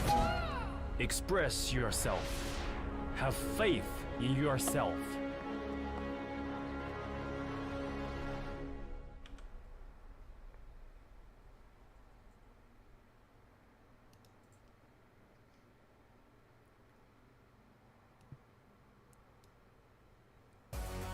And you're currently watching the PMPL Southeast Asia Wildcard Spring 2023. Once again, it is Contra as well as Tash Bunny here to be your casters for our final game of the night. And wow, that morale, absolutely explosive, Tash.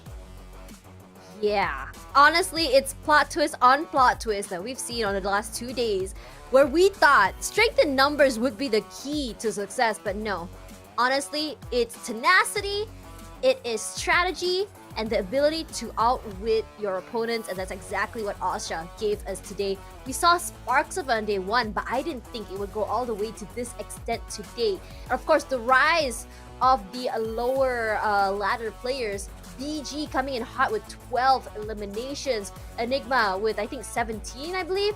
That was absolutely insane. So despite the fact that Asha came up on top, it was Enigma with the first place end. That's right. And of course, before we get ourselves ready for our final battle, you could also get yourself pretty much decked out in terms of cosmetics with the Neon Assassin's Power. The new Power 4 series is currently available in your PUBG mobile client. If you haven't updated your game, you haven't played for a long time, I hope this entices you to basically be a little bit more flashy in your playstyle and also be flashy in what you wear. Wow, flashy what you wear. In terms of neon colors, okay?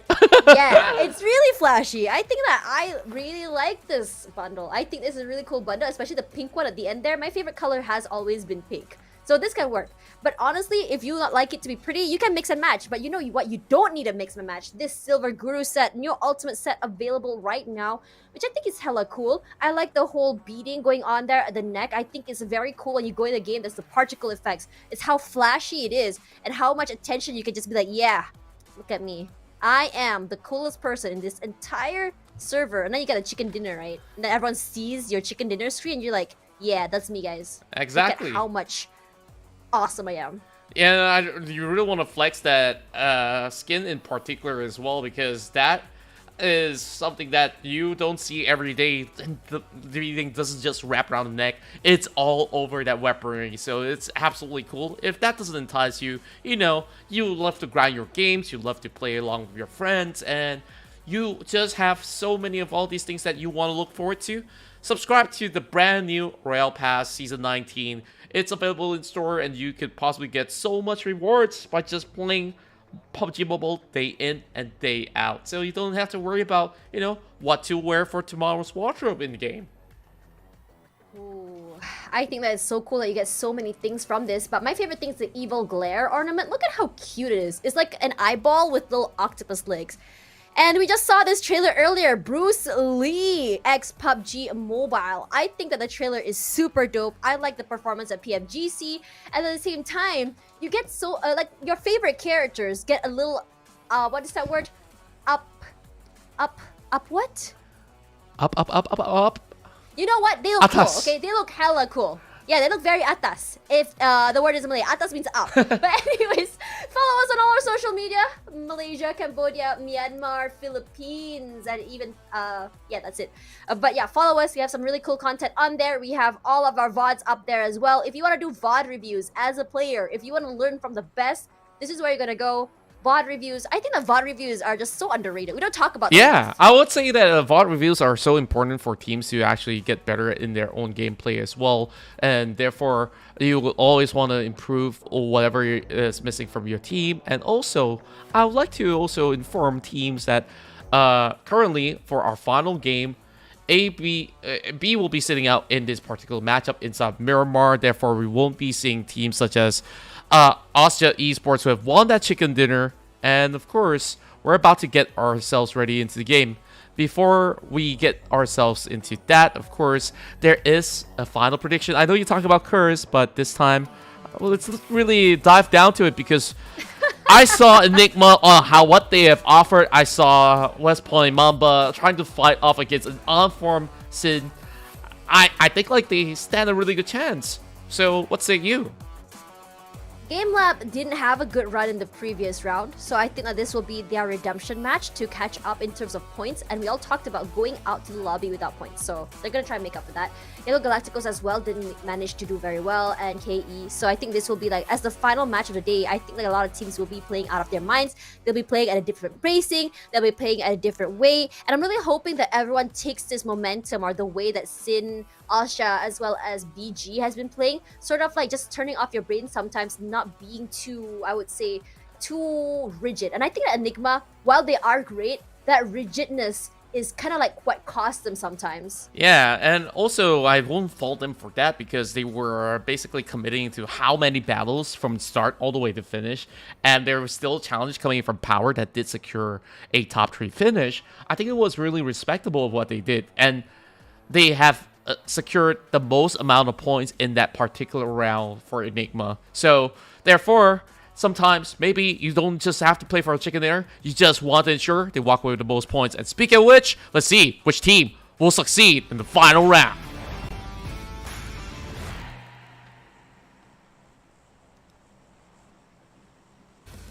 Myanmar has been extremely hot today, honestly. And I think that, as I thought that Erangel was great, we went into Myanmar, we saw what happened just now. I want to say it's because of a rare circle, not really. I want to say it's because of rare rotations, not really. It's literally just the players being able to just adapt to so many different situations and learning on the fly. Speaking of flight path, southern side of Myanmar all the way up to Trailer Park. Now, Torre Homada, Campo Militar, Tierra, Bronca, Cristobal, there'll be a problem here. but not really a problem for the rest of the places. But if you do want to hit that side, though, you see so many of these areas that you have to cross into. I wouldn't be surprised to see early skirmishes. We see that every single round, but it's going to be seeing, I mean, like, getting those early weaponry and getting those early vehicles is going to be the priority for these teams before they move on to different areas for those loots. And speaking of loots and rotations, I think that two teams have been actively searching out for kills, have been BG and Sin. And I don't think they're going to be stopping this particular match as well. Exactly. I believe that whatever momentum they had in that past round of Myanmar, they will try to emulate it once again. And therefore, looking into this current state of the game, I'm pretty sure that the teams that, have suffered a little bit of beating, not being able to play out the game from early on, will see a little bit more improvement, especially when Asia is not playing in this round. So it leaves that chicken dinner for another victor to come into the picture. So, with that in mind, there will be a switch of what will be offered, as this battleground will be focused onto Chumashera and the whereabouts across the region. If BG continues the momentum, H2O, Axis, PBE will be in trouble.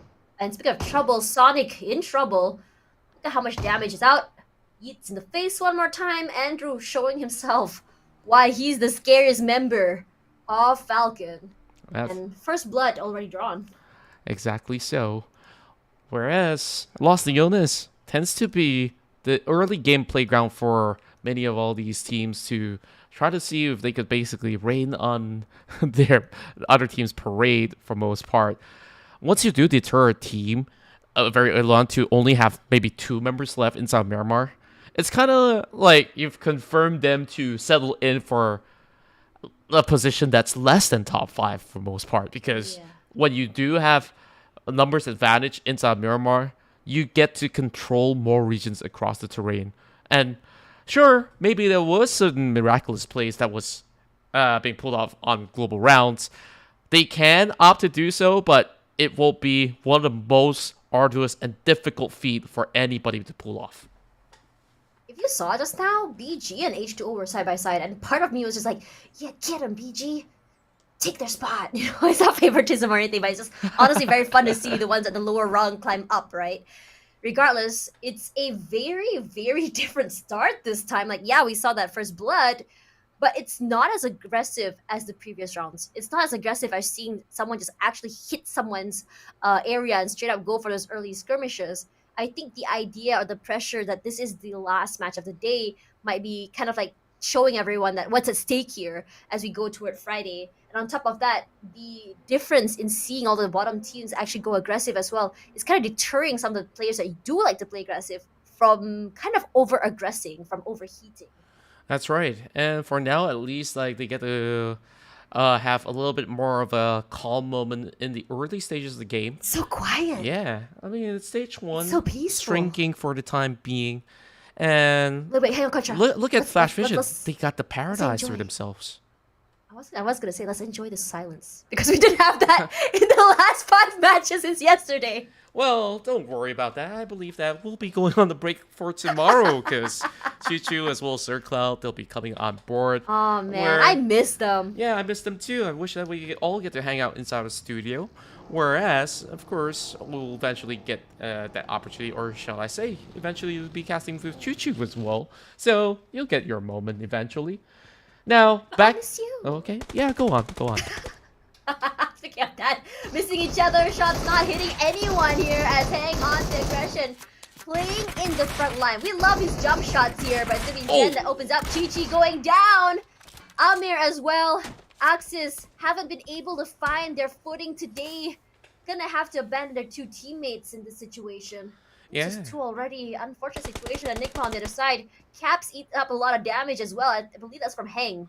Ouch. I'm just really surprised that this highway setup has already been established by Enigma as well. And TX, they were ever ready. They saw this vehicle from a distance, and you see both Hang as well as Zen prepare themselves, especially Hang with that DBS, just unleashing them the moment that they have docked upon those broken walls. Now Koopa tries to find his opening as well, marches forward alongside with his vehicle, brings out the AK in hand. So a fair 2 versus 2, but looking at the minimap, I'm also having a glimpse of both TX members as well as some of the players coming in from another angle, which is going to be QB on top of the hills for Enigma. Interesting situation, as Enigma will be just allowing that space to TX instead of taking them, because I think that because Caps took so much damage and they didn't have time to properly loot up, they're not able to take this aggressive fight. Spooky in the back line. We've seen Spooky make those really big plays as well. He's not afraid to. I think he's like honestly the flanker. Comes in the backside, QB will always be the one that goes straight up in your face. I'm really liking how they play here, how they have everyone knows their roles. Shots are out, but honestly, they don't care. Yeah. They'd rather just go up to the top side here, just like, it's fine. My car is technically a tank, and shoot all you want. That's right. They just convoy their way into a decent terrain to play off from. Because whilst we last saw the circle appearing, it was across that Chumachera region as well. And it does cover a little bit more grounds onto Montenegro. Meaning to say, the teams will have to lean onto the left side of the map. And they're still within the crossroads, I would say, not too far away. But you don't want to extend that fight. And then, by the time you finish up, you will have other teams that's going to be booking a spot throughout the valleys. And when you're playing across Chumachera as well as Ladriela, you also have to keep in mind, there's only so little hills that you can secure. Meaning to say, whoever who gets first dibs onto those regions, they will have that upper hand. And they're definitely keeping that into consideration. And speaking of which, it's Game Labs versus Yangon Galacticos very early on. I don't expect much out of these early exchanges as well. Like, there you can only get a glimpse of somebody. Even if you get a knock, you only deter them from having a lasting helmet or perhaps some vest to work with. Therefore, the rest of these teams, they don't really want to fully commit as well into those long-range exchanges because you're drying out your resources in such an early stage of the match. X still trying to catch up, still trying to go on aggression, but Andrew once again, name on the screen. He loves attention. That attention. Oh wow, we're vibing right now. Yeah. Speaking of vibing, Aaron is as well. Shots come out. Zen in trouble. Zen knocked out at the same time. Only 2 left. Actually, yes, only Aaron left. In this situation, Aaron, what are you gonna do? All alone, and now pinched from the other side from Enigma. He can be the in Malay called batu api, where you kind of like a fire starter rather. Like you sort of hope that Enigma will take up another team because there is another team at the bottom side. But I think that Enigma is a little bit too smart for that. Coming in, gonna pincer him from the other side. All he's doing is just probably yelling for his life, heart beating in his throat. Oh, I think they can see the footsteps. Oh, they don't know he's there. And they're just checking every single corner except for the current area that Aaron is currently holding out. So he's not going to have that many spots. And they're just playing a little bit of a guessing game here. Koopa might have actually seen it from the third person's perspective. And now they do draw blood. And Aaron, he brings one to the ground, but QB is looking from above. Oh, man. QB is just like, sorry, friend. You gotta go, you know? It happens. But coming back to the game here properly, it's gonna be Michi fighting Chewy as well. For FVE, well, they had a good run, but it's usually very dependent on whether or not they survived early. And in this situation, these early pickups might not just work out in their favor as WPM on a rampage. Moxie goes down, FCON as well for Enigma. I think Enigma, they want to take this fight. They want to be able to get on the top side here, 54-70. If they actually hit above 20 points, they'll be able to overtake Yangon Galacticos, given the fact that Yangon Galacticos go early.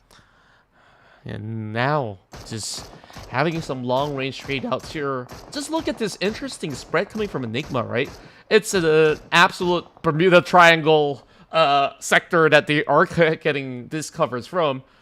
And after hunting out the members of TX, they have just this entire section for themselves, looking upon their victims, perhaps, covering themselves within that longhouse of a compound that they're holding out for. So now let's take a wide view of the beauty of Arangel. And of course, no signs of water. And I'm pretty much thirsty to see which team would actually draw the first blood of their own respective team. As for Falcon, they've already got 2. So I want to see teams who have not secured much, such as game laps in certain prior rounds, to be able to step up to the plate once again. Axis Fighter, I think, like, for most part, we see them going into Pachinki a whole lot more. And I wonder what happened to Moxie right now. Looks like he's eliminated, but from what? He probably was left to bleed, honestly. If you remember correctly, he was actually knocked down by a member of WPM. This is a very interesting situation because it's such a different pace than yesterday's match and even today's match, honestly, because yeah, it was very slow paced, but we're still seeing skirmishes throughout. But this time around, though, it's very, very slow. It's actually reminding me of the professional league where the bigger teams play. This is the usual pacing that I usually see when I'm casting. But I think it's more of because on day 1, you don't really understand what you're up against, so you go aggressive. You try and get information as you can. On day 2, you start understanding the rotations, understanding these pit stops. Those VOD reviews help, as we talked about earlier, coming in clutch, and you say, okay, we can play a little bit slow. We can already sort of predict that this team is going to be coming here. Which team should we want to stock to get those kills? Which teams do we think is going to give us a little bit of trouble? Okay, we're going to try and avoid them as much as we can. Yeah. So knowing this really, really helps you in terms of how you want to take up space. And I would like to put up an analogy where, you know, a league of its own like this is just like a body workout, right? But before I even get to that, there is going to be a full commitment coming from the side of Genesis Esports as they swarm through the building where Axis Fighter is currently at. Baby's left alone in the building. Nasty's got to cover from the back. So I don't see this as advantageous for the time being, where they have 3 members going directly inbound. Where exactly is the rest of Axis Fighter? Well, they only have 2 members, of course. So they try to hold this one out, and you have Master Chi looking upon, and they manage to hold one back at the very least. It will eventually be a trade if there is more commitment coming from Nasty, but they've quickly repositioned. Great discipline out of Genesis Esports to claim 1. Baby's always good with the initial pick, the initial first contact. Does get 1, but look at the cross coming up from GE. He just jumped down at any situation. Nasty repositioning himself, and he is just running away, but eventually just meets into one of the players there. 0 eliminations, 15th place for Axis. Wow. You did not see them show up at all today, and honestly, that power spike yesterday, I was really hoping it would really show. Exactly. And now we might actually expect another big fight to happen around this police station where Enigma, they're slowly being picked off by Anchor PUBG from a third party's perspective. So far away! That's about what? 250 meters? And Enigma being pinned off of this current compound. Yangon Galacticus is looking to be up close and personal, but they are not pressing on the engagement because they also understand if they overpeak, there's a chance that Anchor PUBG could also punish them if they could punish Enigma. APG, I think today they haven't had a chance to show up yet, and honestly, a big slide in their points. It's just really putting pressure onto them to really perform. We just talked about performance. Marnay, once again, stepping up. Great first pick for them, but as Shroud wants to join in that fight, you can see the shots coming in toward his way as well. Enigma in trouble. YG denying Enigma any entry into the zone. QB knocked down here as Loki repositions behind his teammates. The spray and pray comes through, and the only thing Enigma can do is just pray for safety. And in this situation, what can they do? 3 eliminations in their pocket, not the worst way to go, but for Enigma, a team that's always survived at least to the top, I don't know, maybe top 8, this is not where they want to be. Yeah, and then, like, going back to performance, right? Like, sometimes you just really got to treat it like a body workout where you just got to change on different muscle groups per day. And I feel like they were flexing their biceps for too long for the past couple of matches. Yeah. And, you know, they went into this terrain with 2 powerhouse teams, and they got overwhelmed. Literally what you asked earlier, what can they do? Absolutely nothing, because you got to take a break from there once you're already done with all that's left. So, I'm just really sad. You talk about the caster prediction curse. I think I just jinxed them because I voted for Enigma this time around. I didn't expect them to go out so early on 14th. Now, another commitment comes in from Burmese goals. And these are the two teams that did shine in the previous round. WPM, sure, they faced off against Sin and eventually have majority of them depleted. Now looking for that redemption arc back in the final round of the night. Whereas GE, I think this is the team that knows how to rationalize which day for which workout. So is this going to be finally the next day to end the night? Oh man. Honestly, I'm really excited to see GameLab and GE really duke it out. We see aggression from both teams. It's very similar in terms of their gameplay and game style. But for GE, it's always with that aggressive first area, and then West to come just in clutch to just clean up the house. It's very different than what we expect from GameLab, where it's Dragon with aggressive picks, takes out 2 or 3, and then they push up together. Regardless, YG this time, one knock not going to deter them. I'm curious to see. I missed out on who actually knocked him out of the way there. But no movement yet, as the noise is set off by GameLab. But with FVE not responding or giving information, yes, they can try and bait out as much as they want. But when no one wants to tangle with you, you are going to have to be proactive. Either you want to be proactive or you want to be as just holding onto your area, just waiting for someone to hit you. True enough, so GameLab's just having a little bit more of an ace in the hole when it comes down to long-range battles. Whereas, of course, they have to look out for themselves. One member being knocked, they will have to also rationalize some of their resources. H2O now have to play a lot more passive than what they used to, because so far their rotations have always been cut off. Whereas when they do get the chance to commit to a fight, they do see signs of brilliance. And this time around, even though they turtle in, they do find themselves a pick. Wei-Do looking for the first one of the team. Whereas Burmese goals, whoa, my goodness, how far is that range of a shot? These guys, they really come in with surprises.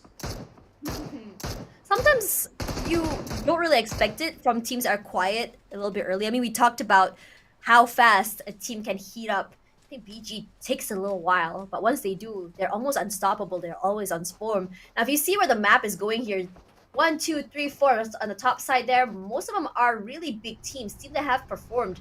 It's going to be really crazy. It's a 4-way fight all around with FVE and FOD as well as FC are being like the gatekeepers in this situation. Indeed, they are. And speaking of FOD, they currently hold the biggest advantage in terms of that circle movement, where they're directly primed into the center stage.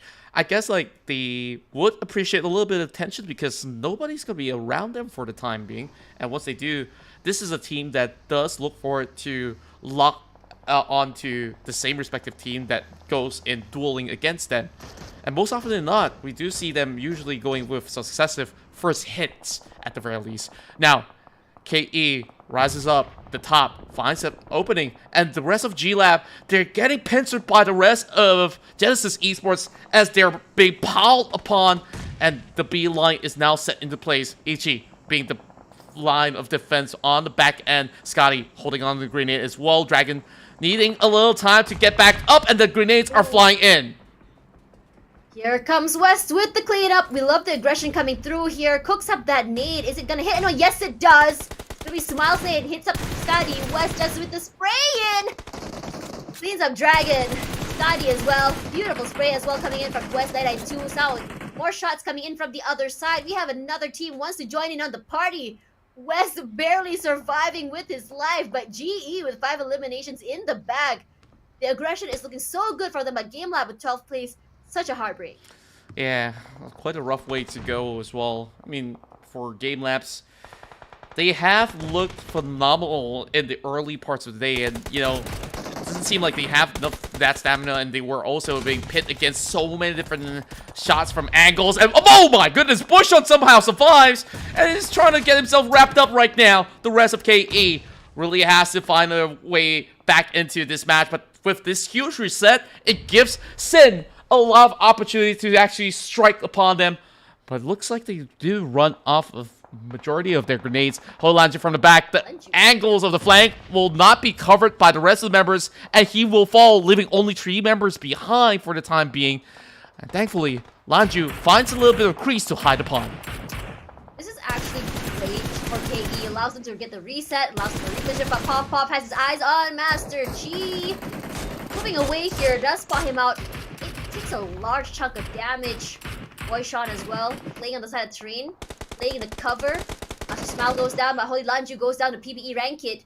Now, PBE, we haven't seen the pop-up from them yet. Maybe this might be that moment that they actually need a Sin sandwich between KE as well as PBE. Nades come out, reposition. No damage out just yet as Monboy walks up. He is not scared. He's dry peeking this. He wants to take that damage. Nades come out. Wow, that's a lot. That's a really high one. I actually nearly takes him out. Yeah, just look at huge commitments coming in from the North Point onwards, but everybody in the South is just chilling. YG taking their sweet time. They do have ample space to get right on track into the circle, whereas WPM, they're hugging by the edges until they close right in because they force out up ahead. There's not much pressure, while there is a whole lot for PBE. Now marching into the top 9 position. PBE does stand a really good chance at this once again.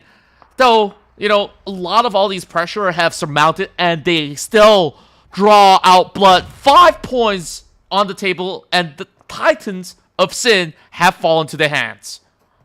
Oh man, but this is actually a great situation for everyone else as the aggression is no longer out, but PBE now. KE on the upper side with all the information, the train in their favor as Pavlov gonna go for the reposition, but PBE, like it or not, they do have to take this fight. They need to win this if they want to get into the circle. But they are playing very separated from each other. It is pretty good, but as the noise quiets down, look at these two neighbors. We love this! Indeed. And H2O quietly to the night, they are still here, and it's just a standstill between them as well as APG. Eventually this respect out of the territory will have to end. Everybody is just looking at this crossroad.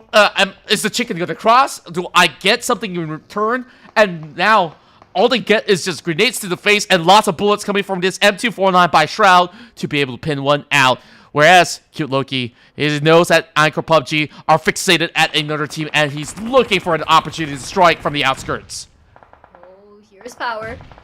As all the information he needs is YG struggling right now. He's getting naded from so many different angles. YG already lost one. Look at that. It's APG as well. They want to join in. When Yangon Galactic is out of the way, he's still a little bit of a bigger, I would say, window to be able to make it out on top. Regardless, look at how many people are on the southern side of the circle here. There's terrains to hold on to. There's a compound to hold on to. It's a little open, but if you get the right areas, it can work out in your favor. For YG, it's WPM that they have to look out for. It's going to be APG as well. It's almost like a sandwich here for them, and you don't want to be sandwiched from different teams because look at how it's happening. They already lost one, and they are separated 2-1 situation because Loki is watching the right side of the flank. And for the left side, sorry, the other way around. Loki on the left side, right side is Marne and Sando. If Marne and Sando come out on top, it might be a great situation, but that's not going to be happening because it's going to be FOD putting in the hurt for YG. Yeah, and the problem for Yangon Galacticos is that even though they have those vehicles, there are teams all surrounding them and they can't really drive outwards, which is why they need to just pick their battles. Now only down to 2 members that's going to be healthy and live. Sando eventually will be revived without much of an issue. Whereas H2O is actually doing a really good job zoning APG at bay, which is why you see heavy committal on that south side. North Point fights are already settled down, so there's not much going on over north. And Falcon just keeping their taps on, just looking upon this situation and just wait for the teams because they do have the zone in hand. And as for H2O, they're literally just holding the cutoff point. There's no area of play for Anchor PUBG unless if they can basically storm in together with a couple of vehicles, which I don't even see it right now. Are they hiding the vehicles in the back? I'm uncertain. If they have to walk on foot, I am not going to be putting my money on the team's survival.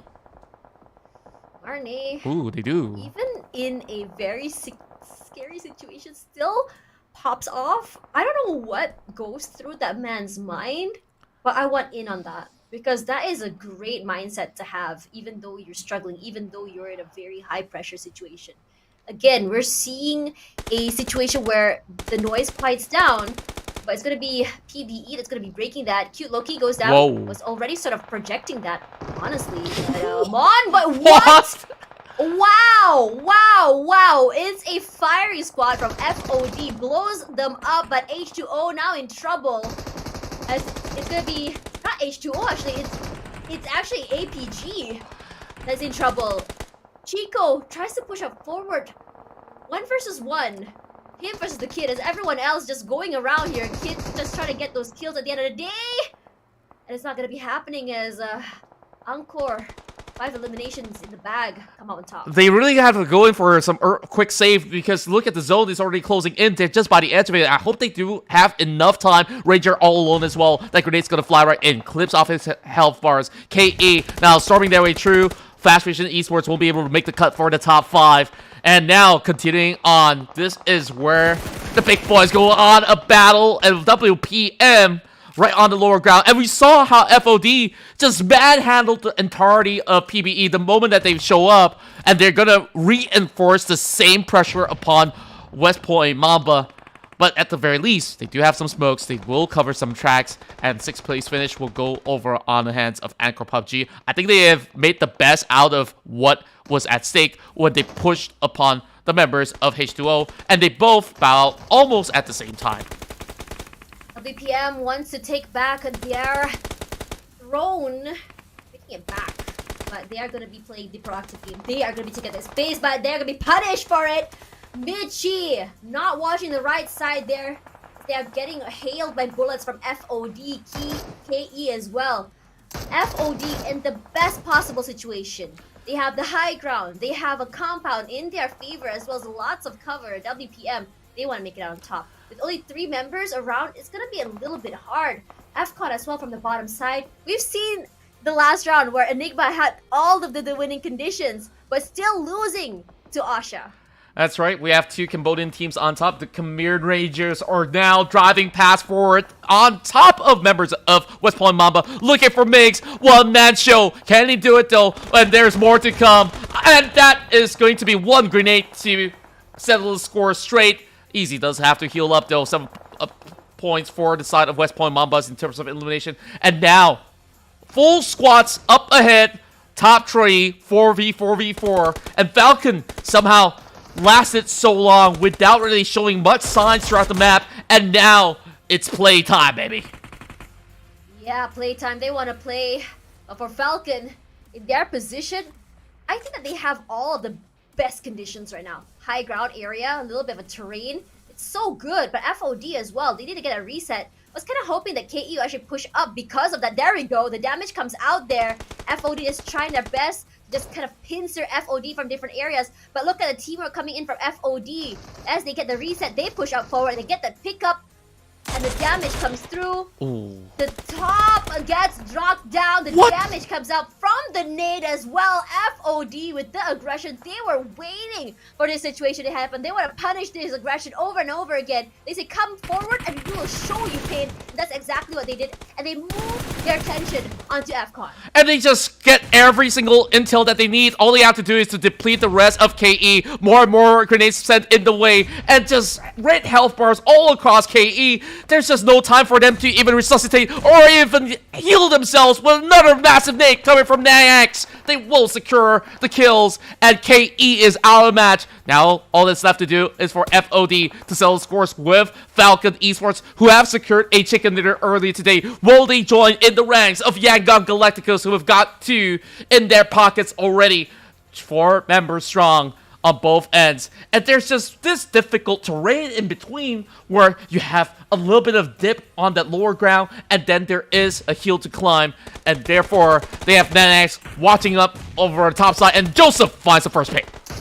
Joseph, huge, getting the first pick. It gives them all the advantage in the world. As Andrew, we've seen his aggression come through. Eyes are on him as Nang wants to push forward. Here we go. Shots come out, but it's a little bit hard as they are all moving out together. Joseph, he knows exactly where everyone is. All they have to do is just pincer them. They know they have the advantage numbers. Don't allow that reset to happen. That nade does not go through. Easy with the shots to the face. Finds Andrew, sprays out. And winner, chicken dinner. Gonna go to 5 of danger as we end the night.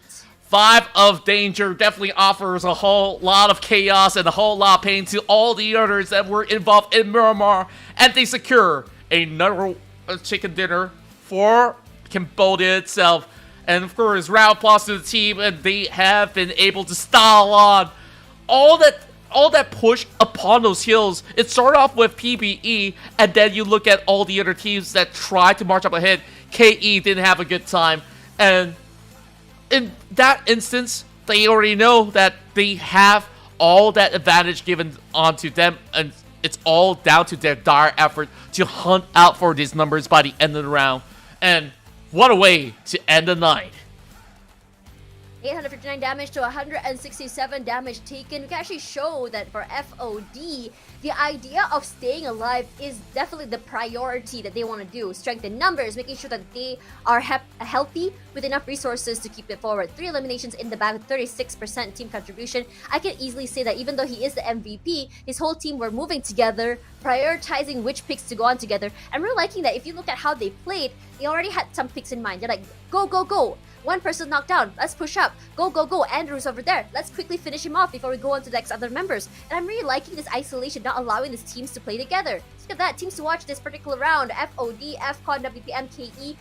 Out of all of these 4 teams, I think FOD really caught me by surprise, because FCON, WPM, and KE, we've seen them actually come up on top. FOD not yet, and I think this is a great way to end the night. Yeah, and we saw how many clips of grenades that they've actually utilized to perfection, right? They basically halt out the rest of KE by doing so. 19 grenades being thrown throughout the course of the matchup, and this time, because this circle was upon a little bit more of a central area, majority of teams don't really have to rotate too far. But it started off with a lot of all these highway picks where TX did catch out some members of the side of Axis Fida. And I'm just really surprised Heng, he was ever ready with this DBS in hand, and at least Axis Fida no room, and GE start to also pile on those early game points. And the biggest surprise in this match is that Enigma as well as YG, they were also being pinched across those corners, and there wasn't much that they could do to last out to the final circle. Honestly, I don't blame them, because as we talked about a central circle, speed is key, is very, very important, because when you are late to those rotations, this is exactly what's going to happen. Teams that are going to be farming for kills will be the one to be those gatekeepers. Especially if you see teams like Young Galacticos want to farm up those points, it's the best scenario because it's the end of the circle is actually by the side of a really high terrain. And I think that in this situation, a 4v4 ending was not something I expected at the end of the night. But at the same time, I'm very happy to see that. Regardless, here's the match rankings. FOD 24 points and 14 eliminations playing out of our minds. We're actually seeing this double-digit kills tonight, and I'm very happy to see it. Yeah, and just seeing so much proactivity, right, onto this matchup in particular, where even West Point Mamba, they really shine bright where they've been farming a lot of elimination points to gather up 11 until, of course, they lost to the victors of the round, FOD, by the end of it all. And we would see pressure being applied by H2O, where they finally redeemed themselves after, you know, a couple of rounds of upsets. Same goes to APG, where teams are starting to feel a lot more desperate to put those points back onto the bracket, and I'm glad they've been able to do so. And now, let's take a look at the Week 1 rankings as we conclude 2 days of action. FOD with this chicken dinner. You know, we remember talking about this team not getting any chicken dinner at all, and now they finally get their first bite, and they sit at the top. I think this is really great for them because we talk about consistency and how they're able to just play every round very well with those eliminations. Look at how many they farmed. 50 is 5 ahead of YG, who has been more consistently in terms of placement points. Now, Austria going down, WPM going down. These are teams already with chicken dinners, but 2 of the chicken dinners are going to go to the pockets of YG and Austria. But if you look at FVE, GE, FCON, yes, they all have chicken dinners alongside the side of APG. But again, I just want to remind everyone that getting 1 chicken dinner does not help you remain at the very top of the ladder. Because at the end of the day, the collection of points is key. We've seen teams like Enigma, they didn't really get a chicken dinner in that particular round. But because they had so many eliminations, they just shoot their way to the top. Now, BG is still at the very bottom of the ladder, but the improvement we're seeing from them is honestly been so good. And at this point, it's just the more of the survivability that we haven't really seen from them yet. And if Axis doesn't buck up, they're going to be in trouble. true enough. And now we look at consistency for a majority of the teams. And on all 4 screens, you do see at least 3 times in a row where FOD have been able to not only offer elimination points, but they are on the charts to offer damage as well. YG has always remained consistent since yesterday, but there were certain rounds that they dropped very, very early on. So not too much of changes heading into day 2, where we have Mix being the #1 MVP, still holding on. But when it comes down to elimination points, just take a look at Marnay. He's got 14 in the bag, which is why Yago Galacticos can still rely on him to get those numbers back. Popov as well is also constant alongside Michi. Now, if you look at all of these players, out of the aggression coming through, I think Marnie is the most aggressive compared to all 4. If we see the first picks, if we see the first takeouts, it's always gonna be Marnie compared to the rest. Meanwhile, Migs and Michi have been sort of like a mixed bag. Like they've been kind of like a tug of war in terms of making sure that they get those first picks. And I'm really liking the fact that these two know that their priority is to go aggressive, is to go forward. And I'm liking the fact that very proactive about it. WPM, they are definitely a team that, yes, they're aggressive, but at the same time, it feels like they get punished for it because they kind of tunnel vision at times. And I don't blame them, because sometimes it's really hard when you play in a map like Myanmar, but there's so many terrains, so many buildings that you have to watch out for. Exactly so. And you know what? I absolutely love this whole circuit of the SEA Wildcard in particular, because, you know, back in the past, you just have one weekend of contests and then you don't really get to see the best out of the team. And I believe this league really have shown us so many of all these talented superstars that have been waiting for their chance to shine, and this is that perfect platform for them. And I'm glad to see we see so many different winners for the day. We also did see repeated winners such as YG to be able to secure another win in their pocket. So the challenge is on, especially when it's down to a stamina run.